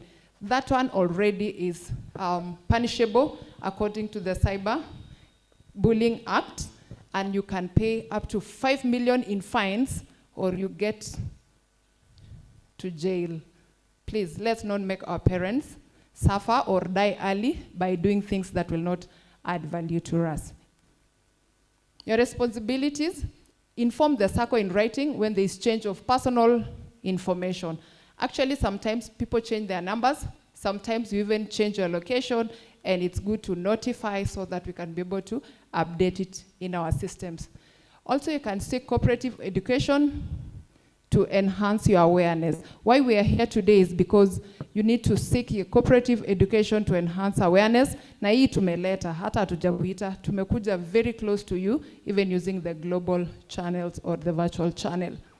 You also, it's your responsibility to support initiatives that promote sustainability and goodwill. Also, it's your responsibility to promote the society by encouraging eligible non-members to join. The event today was meant for everyone, whether you are a member of Boresha Sacco or not. But with this forum, we expect to have many people joining the Sacco, because one of your responsibility as a member is to inform another one to join. In fact, we have a member loyalty program where if you bring a member, you are eligible to earn how much? Member recruiter, member initiative. How much? When you bring a member, you can earn 1,000 shillings as a referral program. So there's also a way in which when you inform a member and they come and meet all those things that have been mentioned there, they participate as a member, buy shares, they contribute monthly deposits and patronize the Sacco. Also, you can be able to identify challenges affecting the society and participate in projects physically and financially. The responsibilities, sorry, I've gone back. So with that, you now understand your obligation and your responsibilities as a member. Very quickly, we'll just brush through the products and services. Some of you have patronized these. Some of you are hearing for the first time. But we are here to make sure that you are well informed for us to be able to grow our wealth being as members of Boresha Sacco. My colleague will take that. I believe all of us have the booklet. It also has our products and services. And we are saying we need to give you affordable loans, and membership and consistency in savings at the Sacco will allow you to access loans. And the loan products that can support business startups, agribusiness, education, asset purchase, and personal development. Our trainer talked about doing investments, and the Sacco will provide you on the same. As you compare to many other financial institutions like the banks, the Sacco loan have lower interest rate. He has demonstrated that, and you've seen with flexible repayment terms. And we do intend also to give you as a youth to access those services. Our savings products we do have for seasons or holiday savings. For those who want to plan to go for vacation, you can make a savings. There are also joint account that you can do for groups. Msinga Junior for the children. For those of us, like the young girl who was here, I believe she will be our first customer today here to be given an account. Fixed deposit where you can put some money for some time to earn some interest. And also the members welfare fund, we've said that. Members capital shares, that is the share capital, your ownership in the Sacco, the one that has a minimum of 3,000. The deposit account, that is the account that you can maintain within the Sacco. We have also COSA loan products, that is the loans that members, when they join the Sacco, can access. One of them is new members introductory loan, meaning as you join, you can be introduced to a loan. There is also development loan for your personal development, school fees loan for you, and even for your siblings or whoever you are paying fees for, emergency loan when there is an emergency. You can also come for a refinance. And there is a Sacco quick loan for those who want to offset their loan from other institutions. Legacy advance for the generation, those who have retired. And Boresha Express. Boresha Express is for those who are joining also. You can be taken expressly to a product that will bring you to be a full member also and ensure that you are getting something. For loans and products, we have a Boresha institution loan. For those who are serving in various institutions, they can access loan there. Investment loans, short-term loans that you can use to do some small investment. Premium advance, these are advances that can suit you within shorter period. Salary advance, that is from your mobile, you can access a salary advance that is recoverable when your salary is credited to your account. FOSA personal loan also is another one, long-term loan at the FOSA that goes for that 6 months. There's also a utility advance that is for a gadget. You would wish to get a gadget like a phone. You want to buy a laptop, you can still access a utility advance. Short-term advances for those who are in business, you can request for a short-term loan that can be paid within 3 months. So those are some of the key products. They are also for the micro, those who are in biashara. We have these products that are for those who are in business, both farming as a business and also those who are doing the normal business like retail trade. There's Boresha Chai for those who are in tea growing areas, ufugaji bora kwa wakulima wa ng'ombe. Boresha Kilimo for those who are doing farming, especially those who are under irrigation scheme. We have a number of them who are aligned within Marikat region. We have and those areas who are doing irrigation. Milk advance for those who are doing dairy. Biashara Plus for those who are doing businesses. You can have a long-term loan. There is also M-JASA stock for the business people. That is a loan that is granted digitally. You can still have that. And the short term that we had already talked about it. Yeah, those are the products that you can have in Boresha. And we are saying Boresha Express all the way. You can have that product and you express your way until you are in Boresha Sacco. And this, we are targeting those who are in Teacher Service Commission, those JSS teachers. We are saying you can have up to 120 months. Hiyo ni loan ambayo inakuja mara moja hivyo, hakuna savings inatakikana. You just need to bring your letter of engagement from your employer and we can grant you and you approve directly from your TPay, both with the savings and you can be a smart member. So those are key products that Boresha Sacco offers. Thank you so much. Did you know there's a product for 120 months? Boresha Express all the way.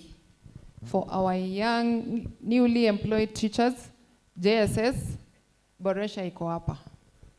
Sawa sawa. So drop your thoughts. Are you a member of Boresha Sacco? Are you?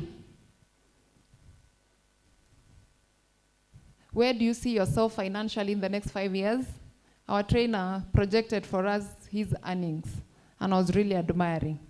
Na yako ina grow ama hata haijaanza? Tuanze kupanda mbegu. How are you going? Where are you financially, and where are you going to be in the next 5 years? And as a Sacco, we are here to support you. We are here to support you all the way of that journey that you are willing to undertake.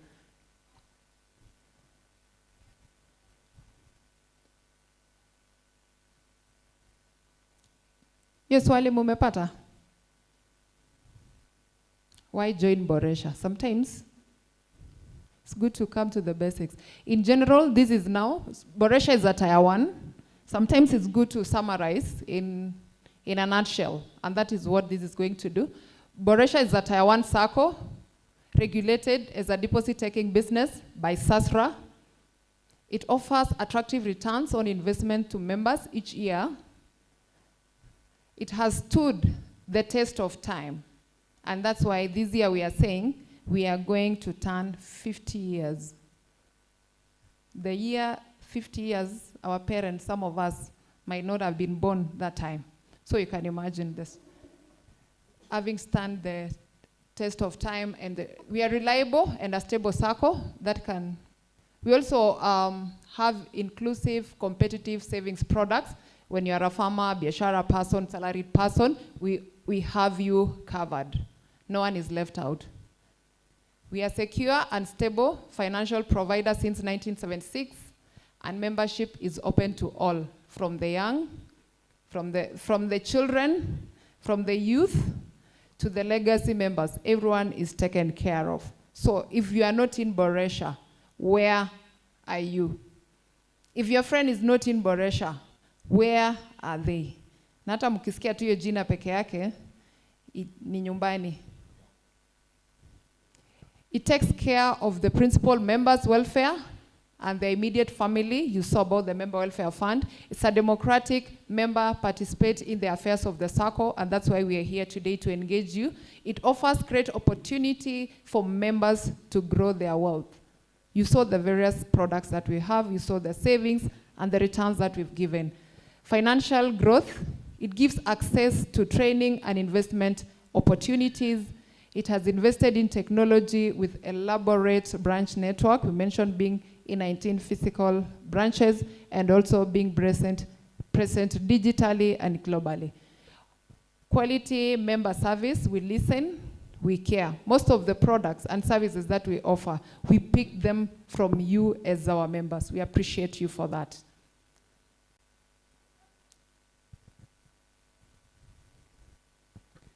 How can you access Boresha Sacco? There's a broad digital services presence that we have, where you can use the mobile banking app or the USSD code. It has several services that has made you a teller of your own financial statement.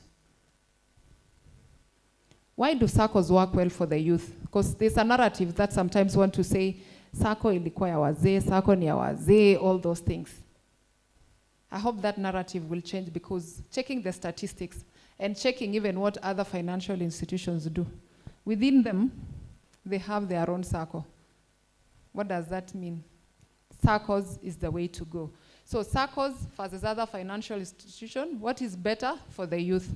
If you are to make that choice today, where are you going to remain? Loan ya 26% per annum, ama ya 12% per annum. Saccos are member-owned. When we say member-owned, once we make the net surplus, we always distribute it back to you in terms of dividends and interest on deposits. For those who are being cooked for their food by other parents, umepewa shares lini, umepewa dividends lini, and we still want to think our mother doesn't know how to cook. Yet is the only mother who serves us. The other mothers serve you only loan and interest. Saccos typically offer more affordable loan interest rates.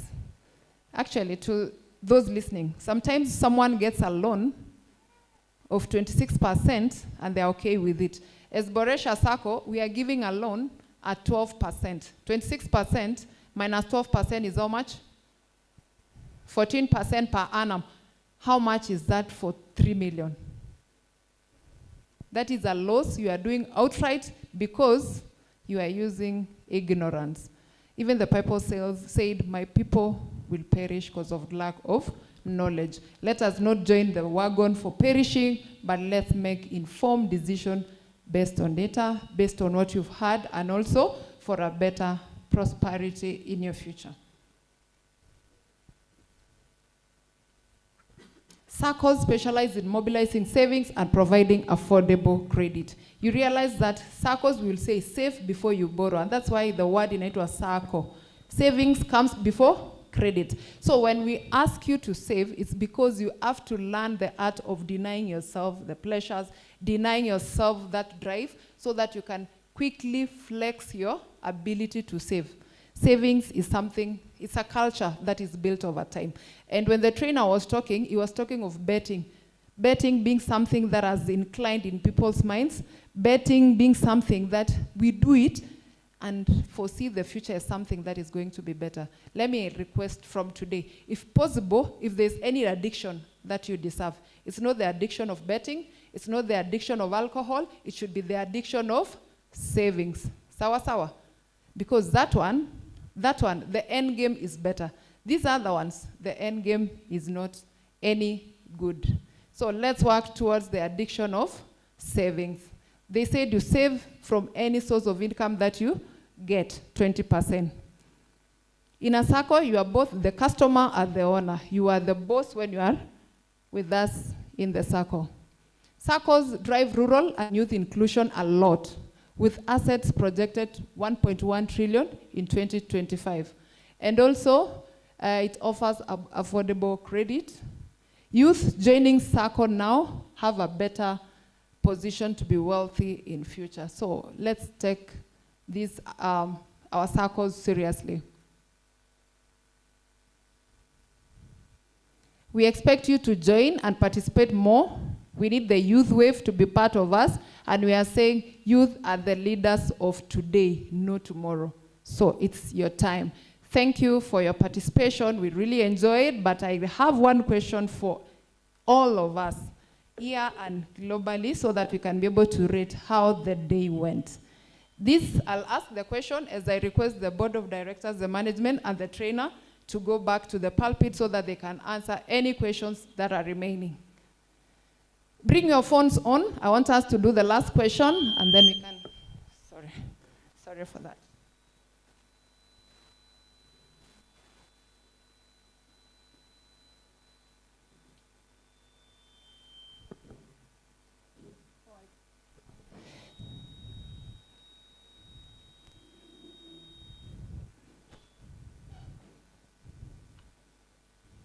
I had several quizzes for you, and I had a question, there's a question on how can the Sacco support you in your financial journey? I know this is different for everybody, but I want us to do this one. Using one word, kindly describe today's training. Iyo moja tu. So pick your phones, scan the QR code. Those online, my team will share the link so that you can be able to respond on it. Using one word, kindly describe today's training. You can scan the QR code, or the same link can be shared. I'm seeing there are one of 23. Yes, awesome. Thank you. Thank you so much. Let's have the responses coming. The first one I said, awesome. We really appreciate. Thank you so much. Using one word, describe the training today. I'm seeing 1 out of 23, so I'll still have time here waiting. This is live. Mambo ni live. Chukua kamera ya simu yako, uscan hapo. The numbers, it should be able to give you that question. Informative, thank you. Ama utype menti.com. When you type menti.com, put the number 53749646. There are several questions there. You can answer for me all of them, but I'm projecting this one. Using one word, kindly describe today's training. Awesome, informative, great, another great.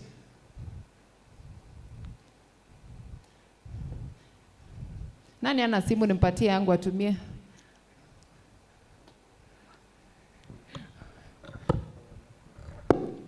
Let's describe it, because if we don't describe it, it never happened. And if it never happened, then we did not get anything.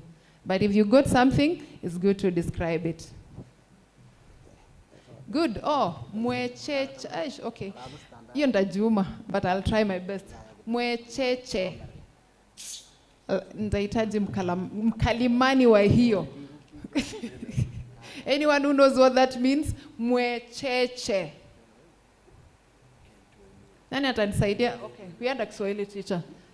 Do you know that one? One day we'll go and teacher na parakishi. Mwecheche, yes, what is it?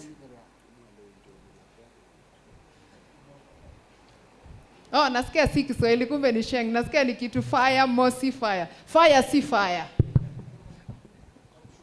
Top shotter. Okay, great, they are coming in. I'll do from Mwecheche so that I show what is hiding there. Kila mtu amechukua menti.com, 29. Good. So from Mwecheche there is great. Great. Very nice. Hey, very nice. Thank you so much. Insightful. Inspiring. Awesome. Oh, okay. People were alert. Beautiful. Awesome. Hey. CP Anthony. Kanet K. Soiti. Kanet K. Soiti. I have learned so much. Thank you so much. Use the basic language you can understand. I love this vibe. Eish. Kanet K. Soiti. Ini lugha ya taifa na imepita. Good. Educative. Naona nikijitoa block. Hiyo block itoke. Good. Kuna mtu anajitoa nini? Block.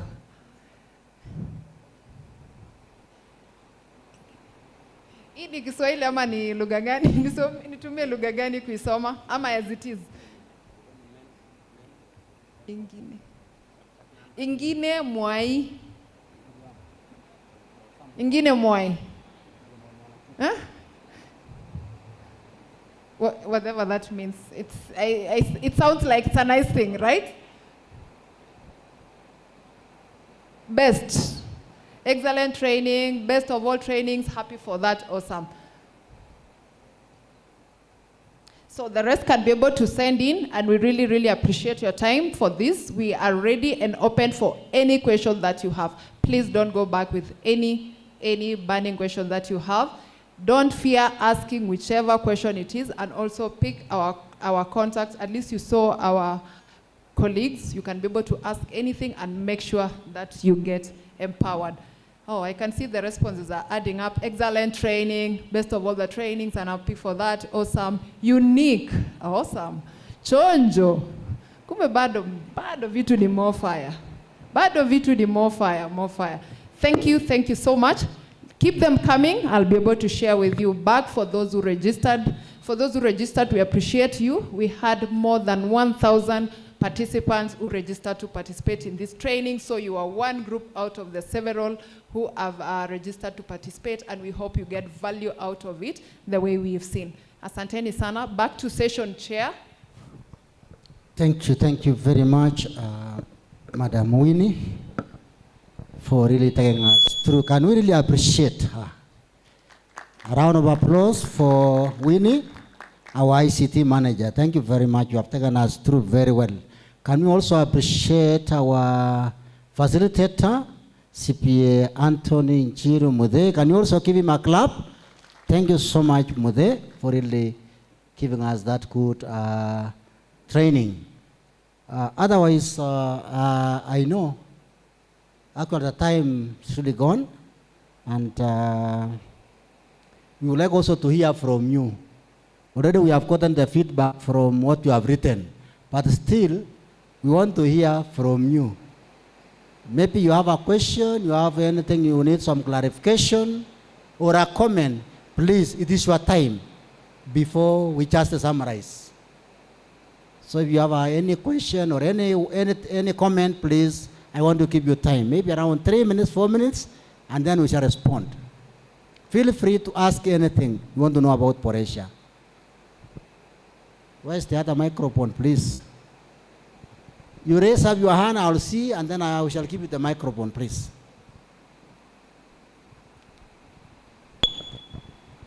Anyone who has any comment? Any clarification? This is your Sacco. Maybe you want to know something, please. Just raise, just ask. It's a rare opportunity. Yeah, there are some people there, up there.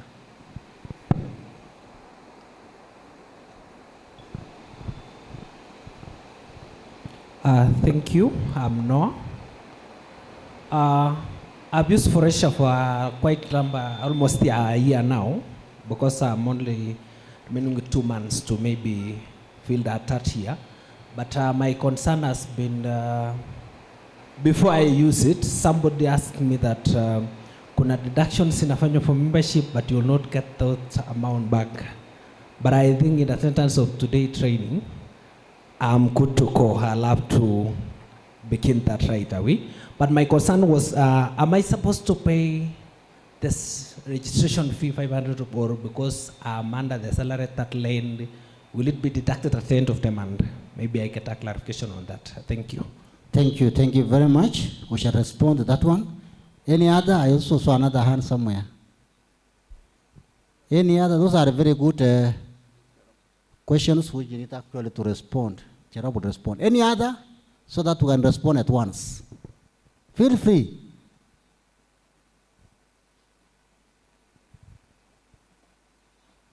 You know, when you ask, you are also assisting even the others, even those who are online. So if we don't have, then Mr. Cherov, you can respond. Where are you?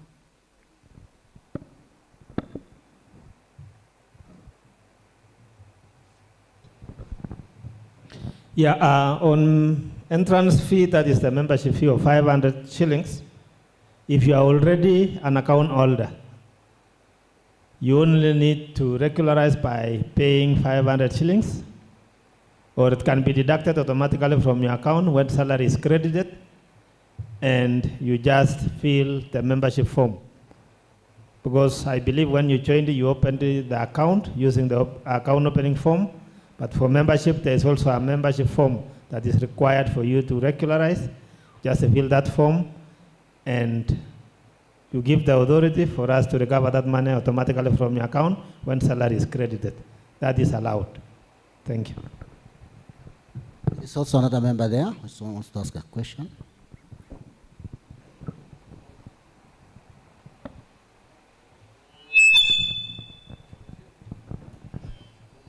Okay, thank you.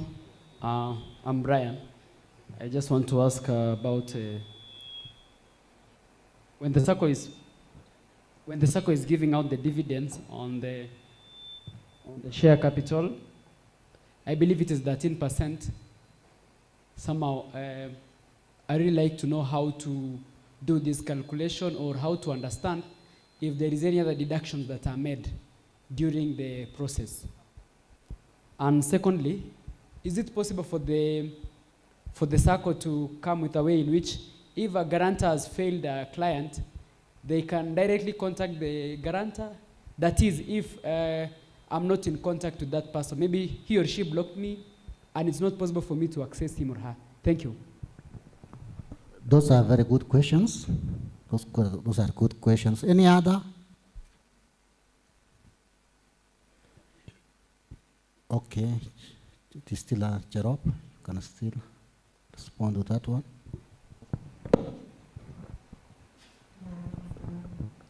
Let me handle on the issue of processes that are involved in dividend calculation. One, the dividend is calculated on the basis of how the investment was done. For instance, we've begun the year We are now 3 months to the year of 2026. If at the end of 2025, you had a share capital of 100,000, if the end of this year we calculate at the rate which is equivalent to what we did this year, the 13%, the 100,000 that you had initially as we joined the year will earn 13%. The other contribution that came along the way that you contributed monthly will be prorated, meaning it is calculated based on how that investment, additional money came in. What you had in January will not earn what you had in December. It will be along the way inaendelea kupungua kwa sababu investment ilianza Januari. So ile ilikuja December itakuwa, ile amount ilikuja December itakuwa kidogo. But ile initially ambayo ulijenga naye itaendelea kupata mapato mengi. And then there are also charges from the government. There are taxes that are paid when the dividend is declared. There is a percentage that goes to the government, 5% of the total dividend that you got. I think that is answered. And anytime, the more you want to invest, answer January. Weka pesa mingi.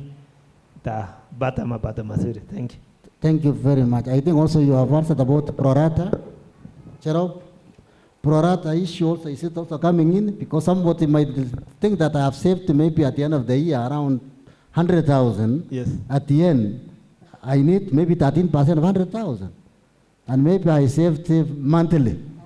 What I'm saying is when you are saving on a monthly basis, what you closed the year with or you opened the year with was 100,000.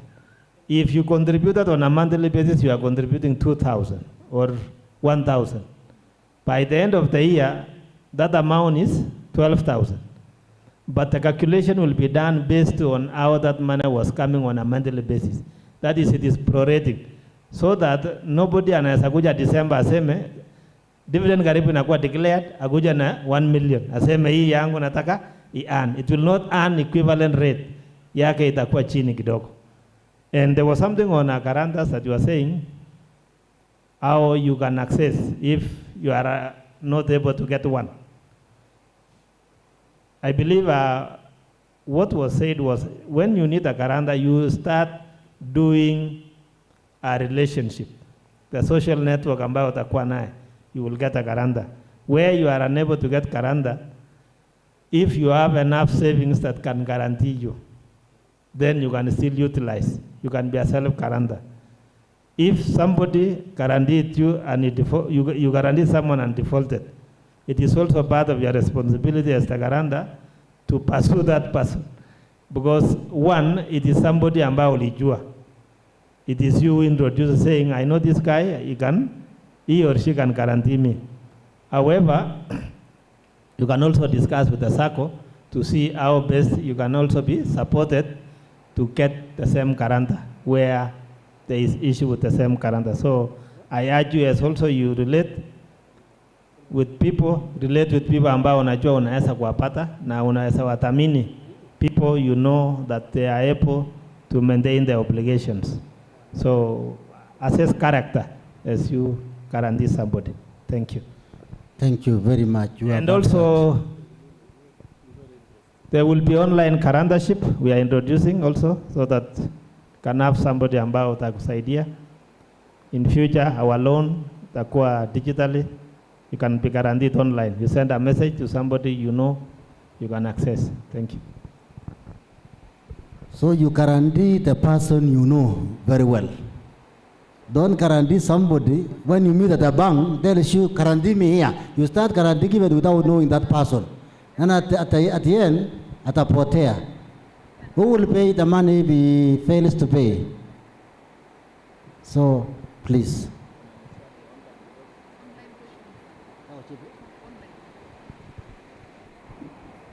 Thank you, Chair. Sorry for that. We have two audiences, physically and virtually, so we have to answer their questions.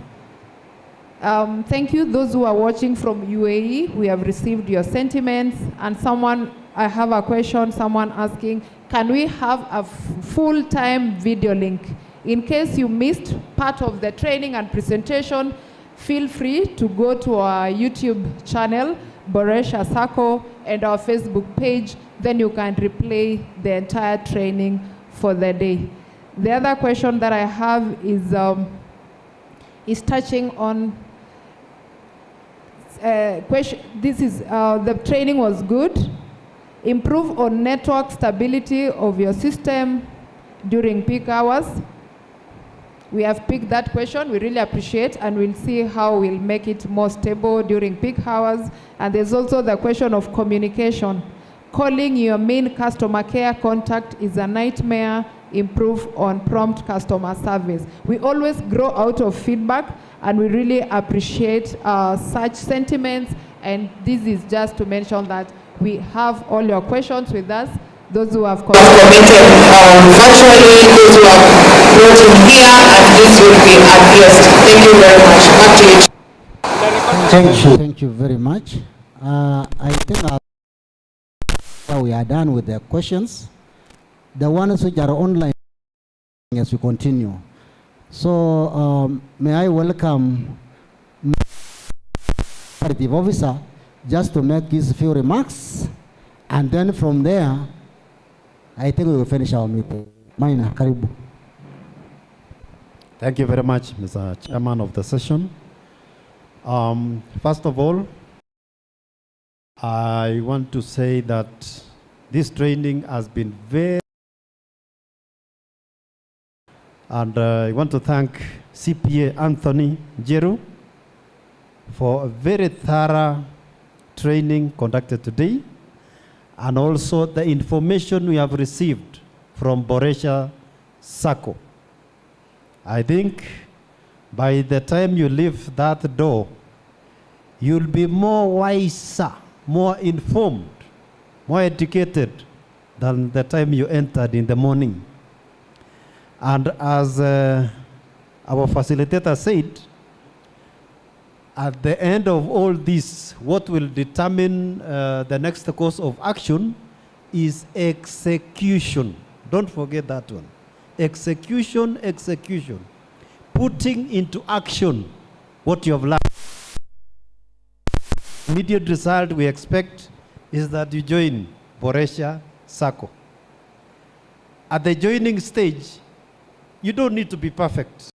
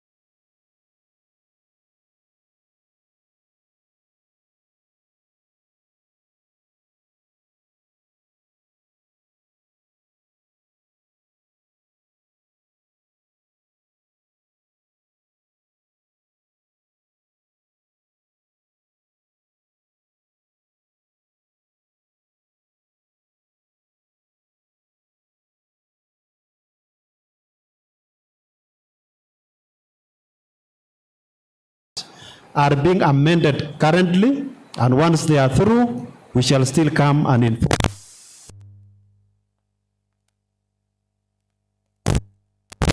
Boresha included are regulated through SASRA. SASRA is Sacco Societies Regulatory Authority.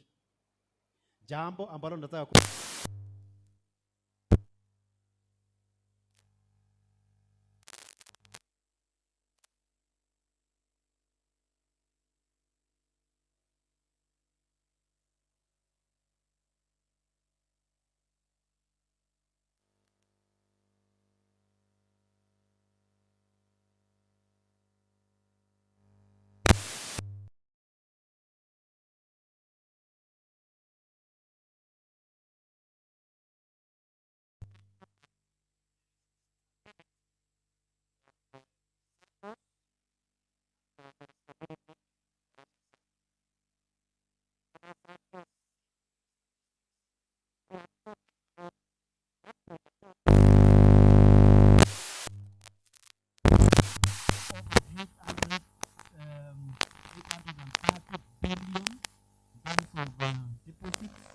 been put in Sacco, and Sacco making profits.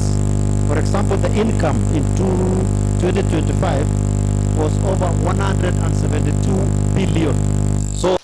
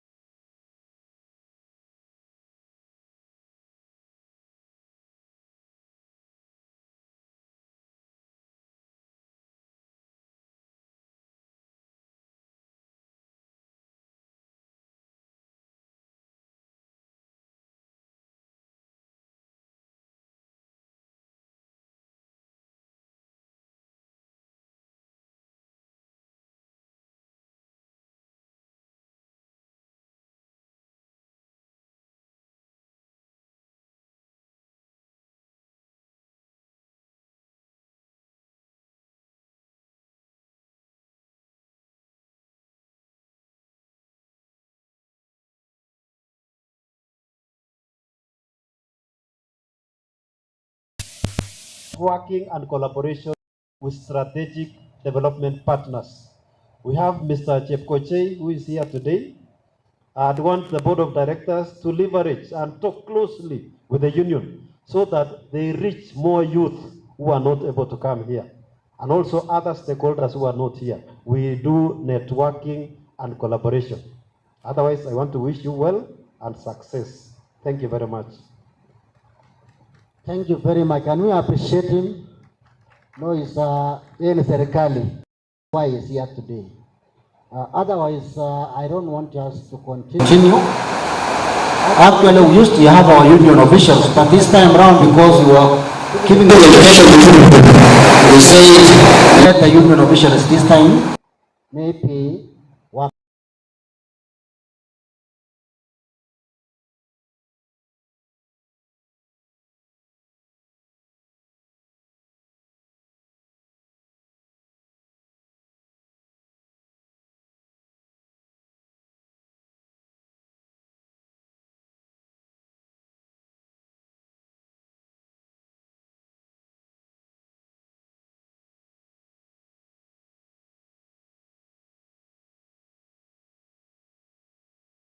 Our education will continue.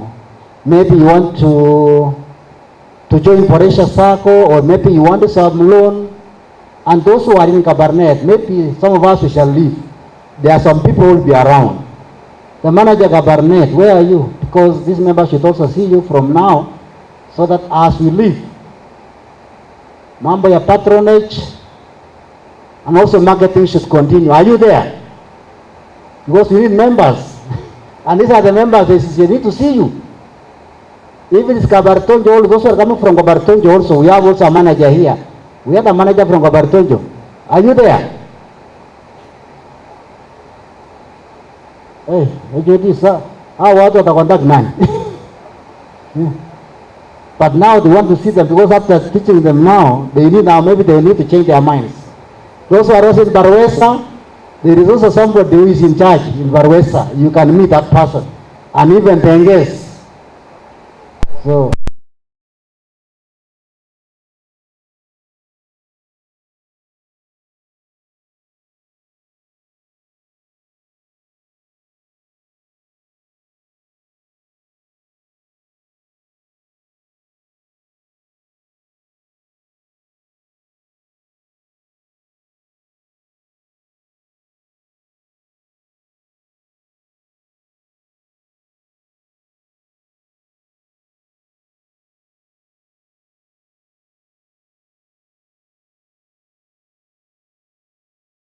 Nago na team. So whenever you need anything, any clarification, please go to him. He will actually give you what you want. Manager Tenges is here also. Those are coming from both sides of Tenges and Sacco. He is here. And he will also be assisting you. So please, if you have anything which you think, please find out from them. They will give you a good answers. We have also others from Gabartonjo and the other areas, you know them. Thank you very much. Otherwise, Kipsoi, any announcement?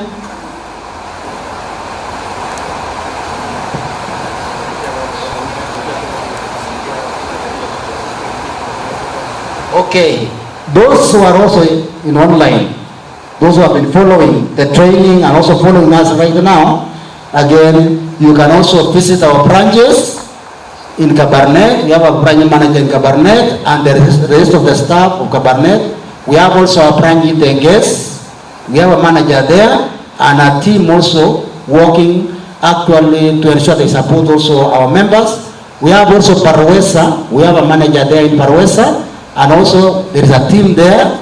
We also have Kabartonjo. We have a manager also in Kabartonjo and a team also which is actually assisting us in Kabartonjo. And also we have in Tupsaraman. Also we have a branch in Tupsaraman. Those who are online and those who are able to assist us. And also those who are diaspora. We also have our branches there. We have a branch. We have Kitale branch. We have Sabet branch. We have Nakuru branch. We have Nakuru branch. I think those are our branches in the diaspora. And also online, even those who are outside the country, they are there. So we are everywhere. Please visit those areas and be assisted. Otherwise, thank you very much. So, do you have any announcement? Okay, members, we've prepared something small for you, like a snack. So mtapita hapo nyuma, kuna soda, wala watumii soda, kuna maziwa, na some fruit, na snack. Otherwise, I want to thank you for your coming. Tutazidi kuongea, interact. For those who want to join us, or maybe come join 1-2, tuko pale nyuma. Tuko na meza, tuko na everything for more inquiries. Otherwise, God bless you. Karibuni tena, we'll keep interacting. Pamoja tuwastawi. Thank you. Even as we finish now, we can still join Boresha Sacco. I think our staff are there. And Madam Winnie, can we be able to also join online? You tell them you are also join online, and then you will give them the link so that they can also join Boresha Sacco. Otherwise, I need a volunteer, maybe to close with a word of prayer. Anybody from here can pray for us?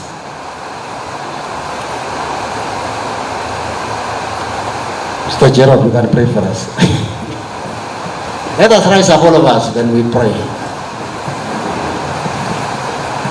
Let's pray. Our Heavenly Father, in the name of Jesus, we want to thank you this afternoon for the far you've taken us. Since we assembled here for this training for our members and our potential members, God, we want to praise you for the far you've taken us. And God, we want to exalt your name even for your goodness. And we believe that, God, you will guide our members as they plan to join the Sacco, as they plan to continue investing with the Sacco. God, we pray that you may give them the wisdom, give them the understanding that they need to invest for their future.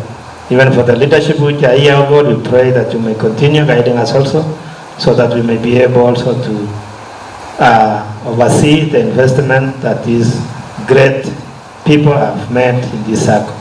We want to thank you, Lord, as we come to the end of this session, that God, you may lead us also as we go back to our various destinations. For those who are traveling, give them journey mercies. For those who are going to the various places within, God, we pray also that you may guide them. May your will be done in our lives and continue leading us. And we pray also, God, even for the snack that has been provided for this team, that God, you may bless and even sanctify as we partake.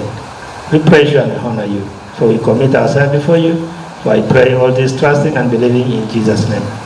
Amen.